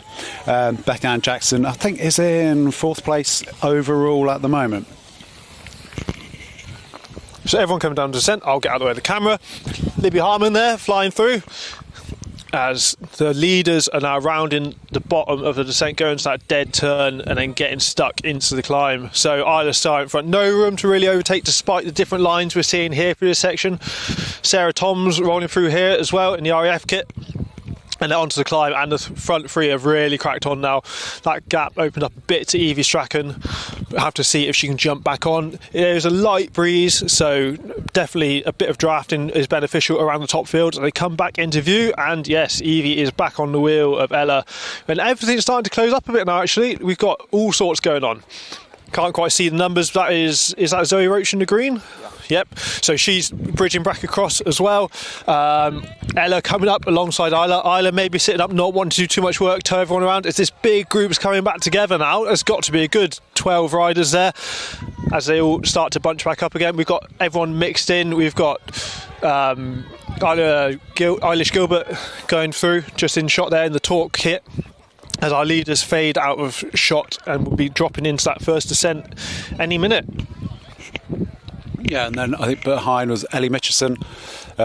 So these riders who have been here all season, and this time we've got some of the internationals, those at the very pinnacle of the sport, coming through, world champions indeed, coming through. And so it is a very, very different feel on the race, particularly the bunching up, the sitting back, as we would see in a World Cup. And it looks like we have got the same bunch at the front, but I think that there may have been a change of place. So everyone's shuffling, trying to work out their position. Some will know whether they're better descenders than others, trying to push in front on those descents, or maybe the worst descenders are trying to push in front, trying to hold up the pace so they can then be in a great position to attack on the climbs. So they just dropped out of shot, and we wait and see those front 12 or so riders come back in any minute, hopefully. Good crowd turned out for the senior races, lots of support. Everyone's raced earlier in the day, a lot of the young riders, and Evie's out in front. Evie's come through, Ella second, Isla third. Evie's got a bit of a gap, the current short track world champ. The junior riders are maybe feeling the pace a bit with Strachan and Roach there in the luminous and like the tealy sort of jersey. 516 Lizzie Taylor is cracking on as well. Well done, Daisy, great ride. You've got Casey coming through here, 517, the Scott UK rider. So it is still all very close together. Definitely some gaps opening, but by no means insurmountable. 522 here. We've got Maddie Morehouse-Smith, who's had a great XCO season so far this year, and then this big pack just here, which is a bit of a mix and match of everyone. We've got Daisy Wilkinson leading them out, but Eilish Gilbert's pushing through as our leaders come through the descent. Evie's definitely opened up a gap now on the descent, leading the seniors race, and Evie's gapped Isla and Ella, but then they've also gapped the juniors that are chasing on as well. So it looks like we've got people still styling it up over here. It's not just the juveniles who are having fun over these tabletops. Certainly this has been a part of the course where if you're coming to spectate, a good place to come and watch. You can see a lot from here, which is, I suppose, is why we are here. And just as we're coming through, we've got Eilish Gilbert, another rider who's going to be really looking to the more longer endurance events and potentially even looking at a 24, I understand, later in the season. Evie is at the front, and I think off camera she was looking over her shoulder, just seeing how Ella McLean-Howell and Isla, how far back they were. Really interesting trio of riders there, very different, all three of those. So Evie Strachan giving it a big old nudge, but not managing to shake Zoe Roach. Bethany Ann Jackson is trying to hang on and get back on that group. She's dropped the other rider she was with. We've got Casey coming through. Casey Ironton riding really well, working her way forward. A bit of a slower start perhaps, but perhaps been pacing it and coming strong now. Yeah, really interesting to see that Zoe Roach is managing to stay on Evie. Zoe Roach came into the start of the cyclocross season last year and surprised herself. I think she surprised a lot of people with just how good her performance was at round one, with her first ever win at that level, and then did it again at round two. And then by the time we got to round three and did it again, it was, okay, maybe this is something that Zoe is actually getting quite used to doing, is making it quite a habit. And it looks like in this short track, she's looking to want to carry on with that. So certainly a rider which has really matured over the past year or so, and certainly seems to be on great form at the moment. She's not been every round, I don't think, this year, but certainly is looking strong here today. Trying to keep up, or trying to get ahead of Evie Strachan. And Evie Richards checking over her shoulder just there, out of shot. Definitely got a gap now on Isla and Ella, say in the region of 5 to 10 seconds. Ella hanging on to Isla's wheel, riding smart, as these women are definitely gapping the rest of the field now. But Zoe has jumped in front of Evie Strachan, doing some work now on this climb. Deceptively tough, this climb. It looks quite flat, but it's definitely not. Bethany Ann Jackson bridging back across, not in the junior race, but is pushing across the gap perhaps. And Casey's still working her way forward really well, starting to reel in Bethany, which is great to see. So this is all stuff to race for. There are gaps, but they are very dynamic and nothing is decided just yet. Got 524 coming into shot, who is Freya Mowbray, and 516 Daisy Taylor. So phenomenal rides from both of them. We just had the leaders go through on the descent. And I have to say that Evie Richards took that descent at such speed, and so much quicker. Visually looked like she was just sending it so much more than those chasing for second and third. And the gap is already, well, you can see it there. She's halfway up the climb, taking a drink, and the other two are battling out some distance behind. They're going to have to either settle for that or do something, because at the moment this gap is only looking like it's going to get bigger. Evie's looking comfortable, and those two are out the saddle, trying to put the power in. And this is not one of those situations where you say, but it's a long race, because it's not. This is the short course. Yeah, definitely. However, anything can happen, and did earlier, unfortunately. We've had cranks fall off, we've had a few crashes. Eilish Gilbert coming through, Torque Rider, riding smoothly. Looking good. Bit of work to do, but by certainly no means out of the race. So here comes Zoe and Evie again. Bethany Ann seems to be closing up that gap. Bethany Ann Jackson, that is for Pine Salt Racing. Off to Worlds soon, I believe, as well. Europeans rather, sorry. Yeah, Bethany Ann Jackson off to Europeans. She's been out on that international stage many times, and it's great that we can get those riders who can get that experience and then to build it into their performances. I think it was her first ever elite win. It was the last round in Kiritri, and in fact probably in the shot there was Bethany Ann Jackson's dad, just as we're talking about her, just walking across the bottom there. Better not say anything bad, otherwise he'll be over here and getting us, won't he? Just had Libby Harmon rolling through, the Amped Cycles rider, probably one of the most local, living down here in Cornwall, working as a zookeeper. So it's not your everyday job for a mountain bike racer racing in the elite category. So where are our leaders? So Evie has just come up the climb again at phenomenal pace. We can't even keep up with the camera. We can't turn the camera around that quickly. Absolutely flying. A phenomenal gap on second and third with Ella and Isla. I think it's probably a race between Ella and Isla for the remaining positions, although it looks like Isla is stamping on the pedals now and getting ahead of Ella. Ella on that cube bike and factory team, whereas Isla's doing almost like more of a freelance privateer setup. So great to see them cracking on. So there's no category for... There is no under 23. No. So we were just having a discussion there. So normally it's an under 23 category, but for short track national champs it's combined. We have just senior and then junior. But on Sunday for the XCO we will have the full, as we see at the World Cups, the UCI categories of under 23, junior and senior. And it has to be said here, we have got two under 23 riders who are in this top three. So here comes Ella McLean-Howell, and Ella is an under 23, so if there was an under 23 competition she would be at the front of it, but it's really good to see in this race we've got the under 23s who are really bringing it to the, well, not just pros, the pros who are right at the very top of their game. So both of these have been leading World Cups only in the past few days, in fact. So for Ella McLean-Howell to be coming through so well is absolutely cracking. And there goes Bethany Ann Jackson. What's the gap? With Zoe Roach. Yeah, so Evie looks to have tacked on that last climb and put a big gap into Zoe Roach.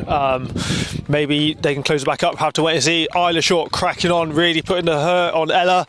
Looks like she's not going to be able to make that back. Seems to be standing up a bit more, slowing down, but we'll wait and see. Still plenty of racing to go. So Ella is currently third, and then we've got Bethany Ann Jackson in fourth. Evie Strachan leading the junior race with Zoe Roach in second, and it looks like Casey Ironton in fifth on the senior race. And Freya is third in the juniors. So very close racing going on here. Maddie coming through with Hope Factory.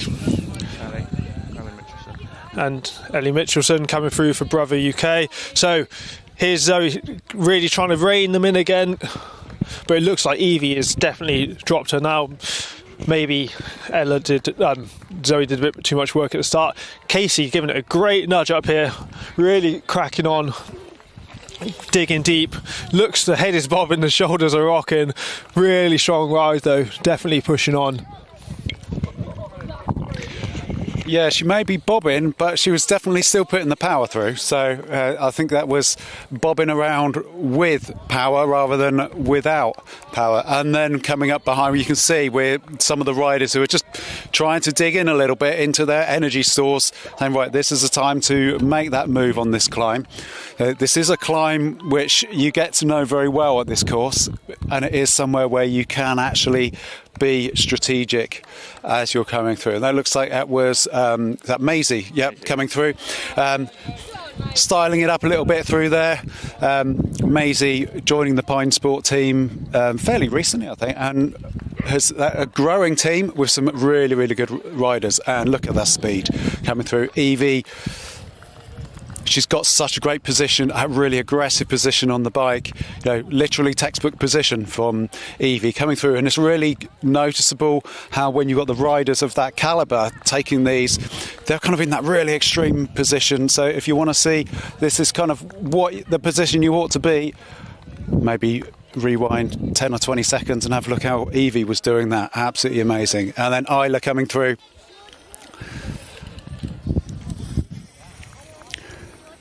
She doesn't look as aggressive, but I think she's still pretty quick. Yeah, potentially recovering a bit more. Both of our leading ladies taking the outside option for that corner. Some are choosing to inside it. See if anyone does it, they probably won't know. Ella's inside it. So our front three taking, well, two taking the outside line on that right-hand turn, and Ella taking the inside. Evie coming up there, absolutely flying. Interesting to see her riding that Trek Super Calibre. Most of the World Cup she's been on the top fuel, but this is quite a smooth bike park course here at Woodies, so it's not maybe a surprise to see her choosing that bike, as it is slightly light and short travel. Here comes Evie Strachan, flying through in the junior race, really smooth controlled, looking like she's recovering well. Here we've got Isla Short stamping up the climb, still giving it a really good nudge, even though there's a bit of a gap.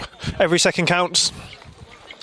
Bethany Ann Jackson coming through again on the descent, as we just saw, so that's actually your fourth place, so it gives you an idea of the gap.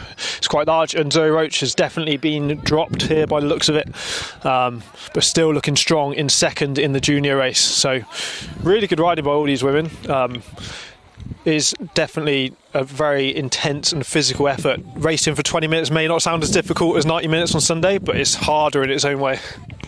Yeah, I'll tell you, it's you may think it's a short track, but it doesn't feel like it when you're 2 laps in. It really is all-out effort, and it certainly doesn't feel short when you're in the race. But it's all over so quickly, and as we saw earlier, things can change if mechanicals happen and if incidents happen. No, we don't wish it on people, but at the same time it can make for exciting racing, and that little bit of the unknown. And just coming up the climb here, we've got Evie again. Anyone with a watch on, you can see that I think last lap it was about 15 seconds. We'll see how it is now, but they're going so fast it looks long. You put the stopwatch on it and it's surprisingly short, but even so, that's a very, very big gap to close. And here's Maisie coming up the hill, just got out shot there. So Maisie having a ride where she's been overtaken by Evie Richards, but should we say, I think most people would be overtaken by Evie Richards on pretty much any course. Here she goes. Evie mixed up the line this time. She took the inside we were discussing earlier on the left-hand, just out of shot. But so she's experimenting perhaps ahead of Sunday. That is an advantage, because you are obviously not riding the whole course, but you are riding some of it to get a bit more practice in, work out the lines as they unfold, trying to race pace and things, as we have now a bit of a gap as we wait and see. So Maisie Harper coming into shot again. Great ride from her. Pine Sport rider, as we said earlier, really smooth. Isla Short in hot pursuit, so they can use these lap markers to maybe pace themselves off a bit if they are slightly better on the climb or the descent. Obviously the faster rider will be doing faster laps overall, but it doesn't mean they're necessarily faster absolutely everywhere, so they may try and use the other riders to their advantage. And then here we have Ella again coming through, Olympic rider last year out in Paris, wasn't it? Had a great result for her first Olympics, so one to watch for the future for sure. Eilish Gilbert giving it a nudge up the climb as we spin around onto Zazie. Again, come a long way from Scotland, so definitely shaking her legs out this evening after being stuck in the van for a while. And Libby Harmon rolling through as well, our local rider here. So next up we will have the men's race. There is a 15-minute delay approximately because of an accident earlier that had to be sorted out. Isla Shaw, another person who had a lot of travel lately, racing Andorra last weekend in the World Cup. Had a great start, maybe went a bit too soon and blew up quite quickly, but it's easy to do at altitude, get a bit carried away.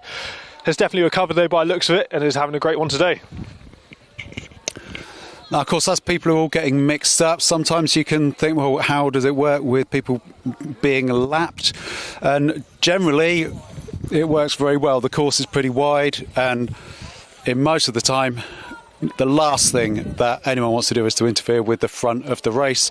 Of course, on Sunday, these women will be racing with the Masters women that we saw earlier on. And there, of course, the speed differential is hugely different. There can be like 2-to-1 difference from the Evie Richards of this world through to those who may be at the back of the field. And actually, it's very, very good-natured between those riders, and everyone gets to know each other beforehand, and in that race in particular, it's very rarely any issues between those when it comes to being lapped. But coming back to the race here today, we're still looking for Evie, see which part of the course she's on, So I think we may be done. We don't have access to the live timing, unfortunately, but we can't see them coming around anymore. So it looks like this could be the last lap we are on now. So we've just had Bethany Ann Jackson going up there, who I believe is still in 4th place on the road. A great ride for her. Really, really strong. And then we have Casey here and Zoe Roach giving it a big nudge, perhaps. So she's still 2nd place on the road in the junior category, overtaking some of the other lapped riders. But Casey definitely working forward and helping her ride on as well. Be sure to stick around. Obviously this race isn't over, but after this is the senior male race or open, and there will be post-race interviews as well, so keep an eye out for that. So here's Freya in the junior race. She got 3rd place at the moment, really giving it a big push over Daisy. Bit of a gap there. Looks like she's not going to bridge back across, looking a bit tired.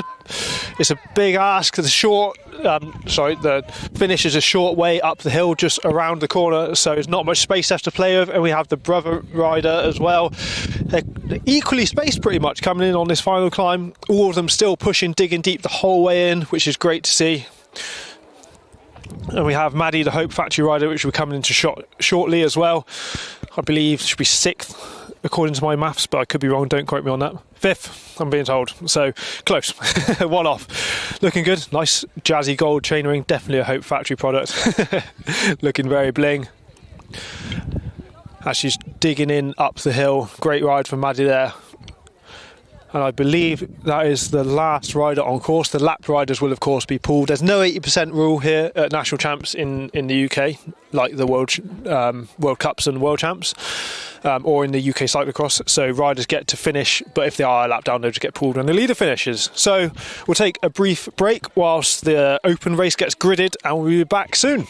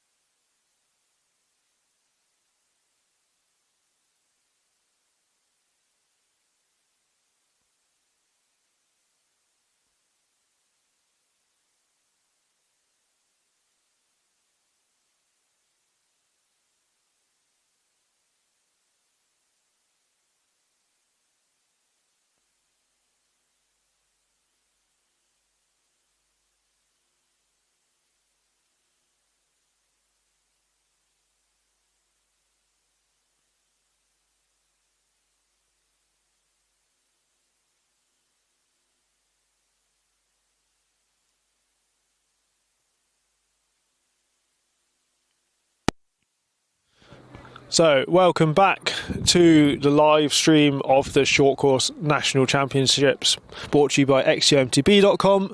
Head to the website for all the latest racing news from the world of cross-country mountain biking. Step-to-date World Cup action, all sorts. Ruben is a very busy man and keeps you updated. We're just waiting for the start of the open race. So senior and junior, some big ones to watch in this race. Well, every race there has been. We just finished up the female race, which was great. A dominant performance from Evie Richards, the current world champ, and the whistle has just gone. So we are off and racing. They should be rolling into shot any second. They all start together. They are gridded, seniors at the front, juniors behind, but that doesn't mean the juniors are going to sit behind for very long. And we're off. So Max Greensill out the front, Charlie Aldridge second. We've got James Swadling coming through on the right, Cam Orr on the far right, and then it's a mess of everyone else. The polka dot-ish sort of jersey of Thomas Crapper, like Britain's fastest window cleaner. Well, Wales is. He lives in Wales. And they're off. So James Swadling getting out in front early. The Hope Factory riders chasing on. So Thomas Main is one of them, and Cam Orr, and then Max Greensill. Looks like Charlie Aldridge sat about fifth as he just disappears out of shot. So they've done this opening start loop, and then they'll drop into the main course. They won't do the start loop again in the field. So into the technical descent, and then they've got some non-technical climbs, but are definitely spicy and will burn the legs, mainly gravel. And here they are, they're coming into shot. So that is Max Greensill out front of his orange shoes. It looks like Thomas Main in second, maybe? It's hard to tell. As we can see everyone ducking and diving through that berm section. The main thing is that everyone's still upright, which is really good to see, as we've had a few thrills and spills already this evening. Oh, have I spoken too soon? Commentator's curse? Oh no, I think we're all good. Maybe just a bit of bar banging. Most people seem to still be vertical, hopefully. So they've just disappeared out of shot, but fear not, they'll be in on this climb where we'll get a really good look at them in a sec. Yeah, really cracking start there from James Swadling. He used to be a cyclocross specialist, but has been doing better and better and better on the mountain bike. Again, another rider who does some of the endurance events. And as we can see, we've got perhaps people that we would expect at the front, but that did look like Jacob Steed well up there, so well up into the top 10. There's Harry Howlett coming through.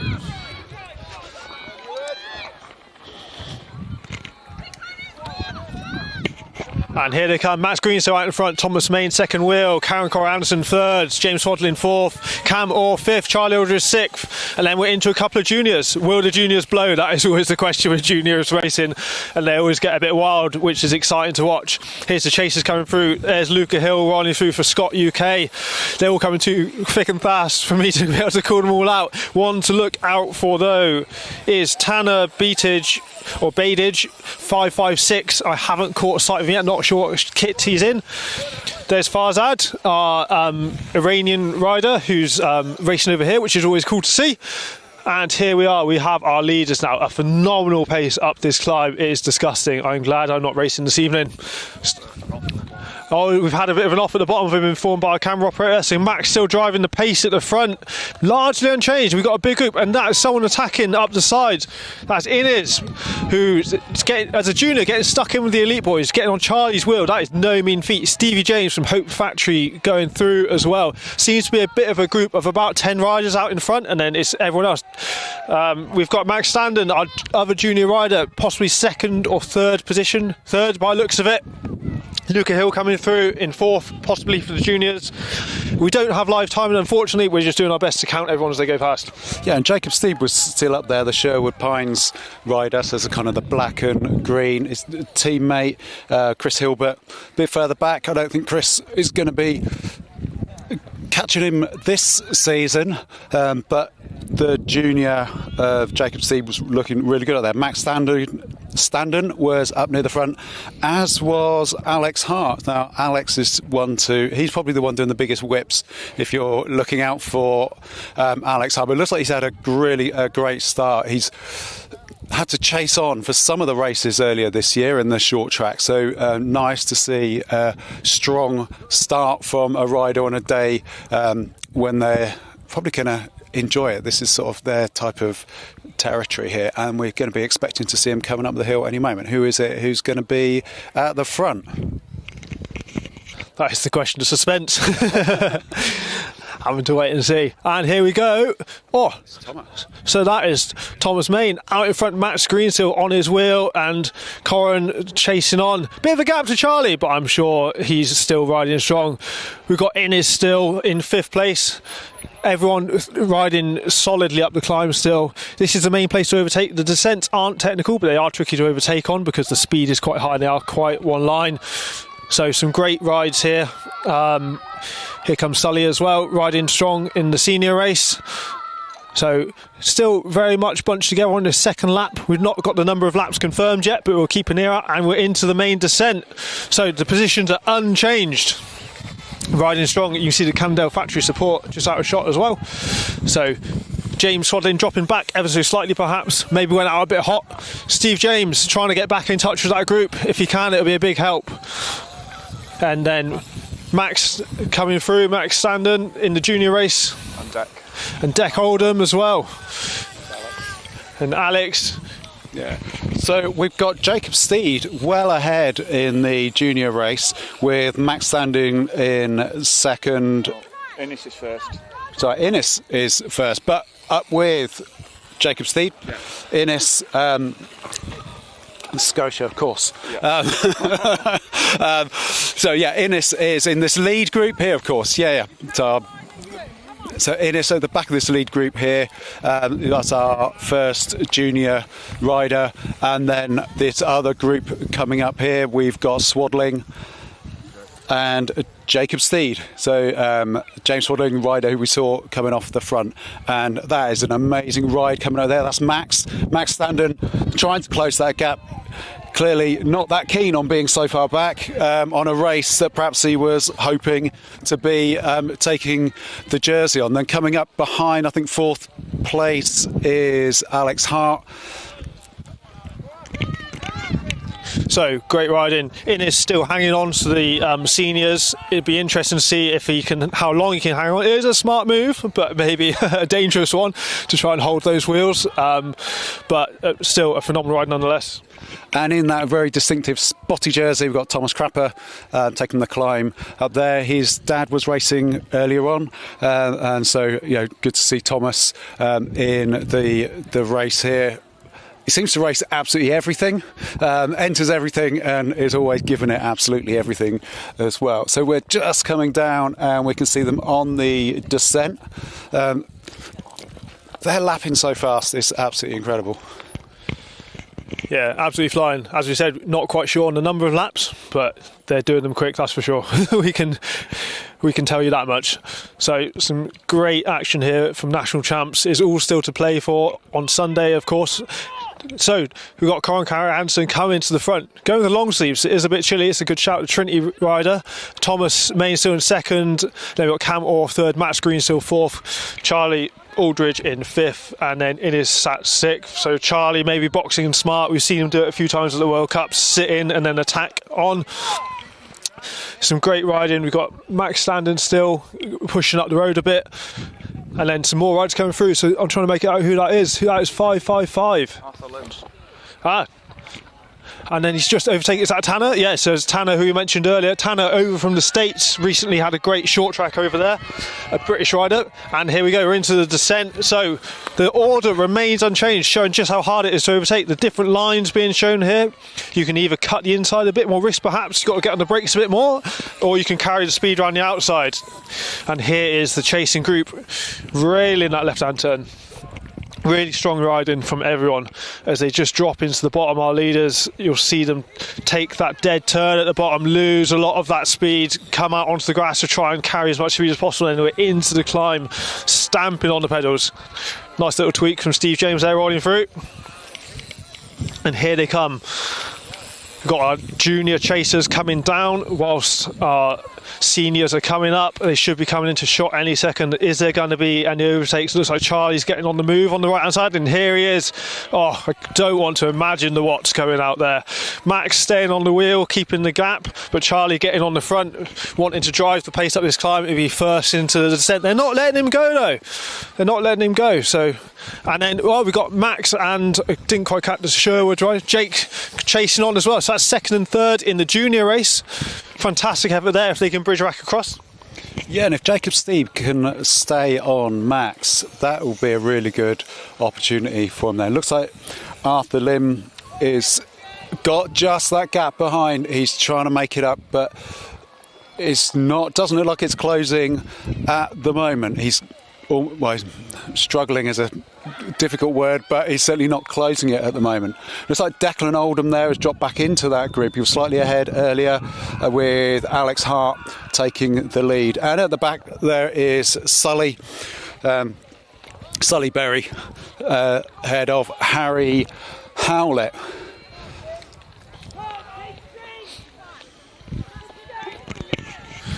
So they've come down the first descent again, out of the field. Wind's backing off a bit. Temperature is dropping. But they're absolutely flying. We've just heard a rumour perhaps that Max Sandon is currently the fastest man on track. We don't have live timing, but you know, we'll spread the rumour, see how it materialises. So we should see some riders coming to shot. Here we go, here's Charlie, and he's got a bit of a gap over Max. Not a huge one though. Max is back on, in fact, he's closed it since I said that. So we've still got those top five. Innes starting to fall off a bit. Maybe he's paying the price for getting stuck in a bit earlier now that Charlie's up the pace. Max is closing in on Innes now, so this will be interesting to see. So Max and Jake, if Innes has blown a bit of a gasket, if he can close up, then it's anyone's race still. James Swadlin, a great start, but again, perhaps a bit too much too soon. Still a great ride though, because he's riding in some very strong company as they come around the top into this second descent. Charlie out in front, really driving and pumping. You see how fast they're going. They're actually like trying to absorb the jumps rather than send them. They're like wanting to get back on the floor as soon as possible so they can keep the control. So Cam, or maybe dropping off the back of this group slightly. Innes definitely gapped now, but Max Sandon is hunting him down. Here he comes on the Orbea. I think he might be back in touch on the next lap. I'll have to wait and see. Jake maybe getting dropped a bit and gapped on the descent, but railing those turns. You can hear the tyres fighting for grip. It's mega.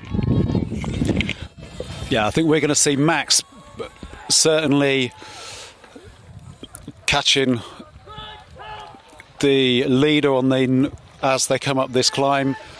I wouldn't put it past him to actually get onto the back end of that lead group. I don't think we get on the front end of it up this climb, but Max seems to be the rider with all the beans at the moment. He's really going hard. But we've got another sprint coming up the climb, trying to close those gaps. This junior race is really interesting. It's kind of, there's the distance, but they're kind of almost like racing head to head at a distance. Really fascinating to see. You've got the bunch up the front all looking at each other, and the juniors trying to respond to each other when they can see who's ahead, and they're somehow keeping all of their radar open for what's going on behind. But they've got those first three in that junior race who are some distance ahead. Arthur Lim here just trying to close it up at the moment. A bigger gap behind that top three. Yeah, it's interesting because the senior race seems to be sitting up a bit. Those front five maybe being a bit tactical. Innes is obviously in touch with that group. So maybe he got kicked out of it when Charlie attacked, but now he's back on. But obviously Max behind is chasing on pretty hard and wanting to get stuck in. So if he keeps messing around, he does risk being caught by Max. Although we say that, and it looks like Max has caught him. We can see on the descent the blue jersey of Innes and Max just behind him, like the black and orange South Fork Racing, I believe, as they drop out of sight. It's still that front five senior men. Looks to have just been shuffled around a little bit, perhaps all saving themselves for the final few laps. Still not got an update on the number of laps, but I'm sure we'll know because the fireworks will start kicking off. Yeah, I mean, the sun is going down and it's getting good. About the right time of day to start kicking off the fireworks. I think we are going to see them here every time they come past. It looks like something's about to kick off, but they it's that timing, isn't it? If you're in a race like this, it's choosing it right. They all know each other so well in this group. And as we said, Max is now up with that leading group. And here, Jacob Steed a few seconds behind. But is he going to be able to get onto them? I don't know. He looks like he's closing. Yeah, I think if the front group continue to sit up a bit, then maybe Jacob will have the opportunity to close in a bit more. It is a bit of a tactical game at the moment. Maybe they aren't wanting to pull through so much. They are very evenly paced on the descents. No one's really getting dropped or gapped, and then they're able to work together on the climb. So Max is well and truly in the mix, perhaps letting that gap open up a little bit on purpose, just so he has a bit of a clearer track for the descent. So if someone does make a mistake, he's not going to get caught up in it, or you can just carry more speed at the bottom of the descent. It is a bit of a dead turn, but if you are smart of it, you can carry a bit more speed by allowing the gap to open to the rider in front and then allowing the bike to accelerate through the turn a bit more. So here we go. Get on to the climb again. Corin Carrick Anderson leading out. Max Greensill in second. Charlie Aldridge in third. Thomas Main in fourth. And Cam Orr in fifth. Got a bit of a gap now to the juniors. Innes seems to be dropping off the wheel ever so slightly in that first bit of the climb. But we'll see Max Greensill stomping on it. He's getting out. Here we go. Out of the saddle. Driving the pace. But he can't shake anyone by the looks of it. Everyone's going with him. Although Innes seems to be bobbing and ducking. And Max seems to be closing in on Innes. Innes maybe dropping off the back. Done too much at the start perhaps. And Jacob is got a bit of work to do. Still riding really strong and brave, third place, but maybe a bit too far out of touch at the moment. Well, pretty sure that Jacob hasn't slowed down. It's those ahead who have sped up. They are really starting to open it up. And for Innes to, the gap opening up in front of Innes and in front of Max, it just shows just how hard they are starting to go. Max Greensill clearly decided, right, this is a chance to maybe thin the group out a bit. Whether he's been successful or not is another question, but they certainly seem to, looking at them over the other side of the course now, I don't think Max is in the lead, but they seem to have got a bit of a gap maybe into two separate groups now as they're taking it down that descent, round those berms, about to rail it across that bottom section and then coming up this climb. I've just got some other riders rolling through, trying to shout them out. So that is Stevie James just gone through the shot rather. Didn't quite catch who's in red there. And here we go. The leaders are coming up through again. So Charlie's out in front now. Slight gap to Max Greensill. Corin Carrick Anderson in third. Fourth wheel is Cam Orr and Thomas Main perhaps dropping off the back a little bit. And here are junior men. So definitely been gapped. A phenomenal effort to ride with them for that long at the start. Given the age difference, maturation, all that sort of thing, absolutely flying. And quite apart from that, how many hours they've got to train. So we got this front five, all of which are at the very top of their game. Most of these, there. I suddenly thought that Thomas had not appeared around the corner there. As they come back down this time, it was looking at the last lap that Jacob was really trying hard to get onto them, and just on these berms just here was actually pedalling around this berm, just trying to get that extra little effort. Let's see if he does it again just on this section, come up here. So really trying to get that extra, there we go, so putting in a few pedal strokes there just to try to keep that momentum going as he's going down. But at the moment the gap isn't closing to those ahead. Certainly McDonald and Standen have got such a solid gap now. Jacob's going to have to dig out something which he's never done before to be able to dig into places to get that extra energy out if he's going to be closing that gap. Now Thomas Main, as we see going up, there's a definite gap now as they're getting up the hill. Now I'm getting quite excited about this race and there's a lot of shouting going on. I'm just not sure how many laps we've got to go. Yeah, it is a bit of a guess, but here's Innes and Max rolling up through, looking strong. Really good ride from them. And, to be fair, Jacob is maybe getting a bit of a second win. That gap It's definitely not getting bigger. Maybe a smidge smaller, or it's staying constant. He's riding a good cadence, not bobbing and weaving too much, so this could be a good effort there. And we're just trying to find the leaders. Where are they? Onto the descent. So Thomas Main has been dropped, so it's just a front four now. It looks like Corin Carrick-Anderson's got out in front, and there's been a bit of a shuffle as they just drop out of view. So we'll try and catch them as they come up this climb.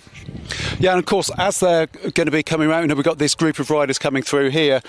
And of course, the fact is that there's very few in this race who would expect to be winning it and to be up with that front group. And of course, these riders, they are all in their own race battles themselves, potentially riding with people that they've been riding with all season. Now, the leaders are coming through here, and it looks like we have got this similar bunch, and yeah, we've still got the four of them all together. Yeah, not much between them. We've been listening out for the bell. We're obviously not at... Oh, and here comes Thomas Main. Still riding strong, but definitely been dropped off the back. We're not at the start-finish, so we can't hear the bell very easily, but we are listening out for it, so we'll try and keep you posted as when the bell lap is, as they just roll out of shot. So we're just waiting for our junior men to come up through into shot. So still Innes and Max. Let's see what the gap is to third place. Innes still riding strong. Maybe Max is just sitting in and waiting for his moment to pounce, because he's done a lot of work to close that gap up. And our leader has just come through on the descent. So Max Greenstill still out in front. Not really much change there. And here he is Jacob in third place. Still riding solid, pushing a good tempo. As we pan around to the descent, just catching the back end of Thomas go through, and the leaders are onto the climb. So as you can see them coming through here, rounding this gravel turn, giving it a big push. Max Greenstill still out in front. Charlie looking good after Andorra. A bit of time at altitude never hurts, does it? Well, it can if you go too hard. Here's our junior males coming through the descent. Definitely dropped off the pace a bit, but a valiant effort at the start. And here we go. All of our seniors stamping on the pedals, out of the saddle. Charlie going to the front. I have a feeling this could be getting into last lap territory. Here we go. This is it. This has to be it. Charlie is sprinting, going deep. The crowd are making their way towards the start finish. We'll try and pan through the gap in the hedge to see if we can get anything. It's anyone's guess. It looked like Charlie was going out and no one could quite match him. Couldn't quite see who that was. But that looks like the end of it. Well, I can see someone. Take it. So it must have been Charlie. From this distance. Junior's just coming through. And here we go. This is it. This is the sprint for the win. Max is taking the move. Oh. Is he making the move though? No. I thought he was going to have that there coming through the corner. Now, are we going to be able to see through the gap? It looked like there was another move being made just as they went round the corner. I'm literally up on tiptoes here. Can I see them? Oh, and all I can see is two riders right next to each other, but Innes was slightly ahead. And we missed Jacob definitely went through in third place, it like, with a big gap. So as we round everything out, everyone else is finishing off their races really strong. Got James Swadlin just coming into shot, a rider giving it a good nudge to try and catch him. And Harry Howlett coming through, he can often give it some nice airs as we're coming through under a very, very controlled rider. One of the things I've taken away from this is actually there's some riders who are a bit out of position, some riders who've probably not had a good day today. So, we take, in fact, we could just see the shot here. We've got two riders here. We've got Alex Hart and we've got Declan Oldham, one on one side, one on the other, and I think they would normally expect to be with each other, and here there's a good minute between them. Is this going to give us some indication of how they are at the moment and how they're feeling this week, or is this just a bit of a warm-up ready for Sunday, which is where one of them might have been resting their legs? Definitely. So we're just wrapping things up, but stay tuned because we are going to head over to do some interviews with the race winners. So even if the live view drops out as we move the camera and things, stay tuned because we'll be back online soon and bring you some chats with Charlie, Max and some of the other lads.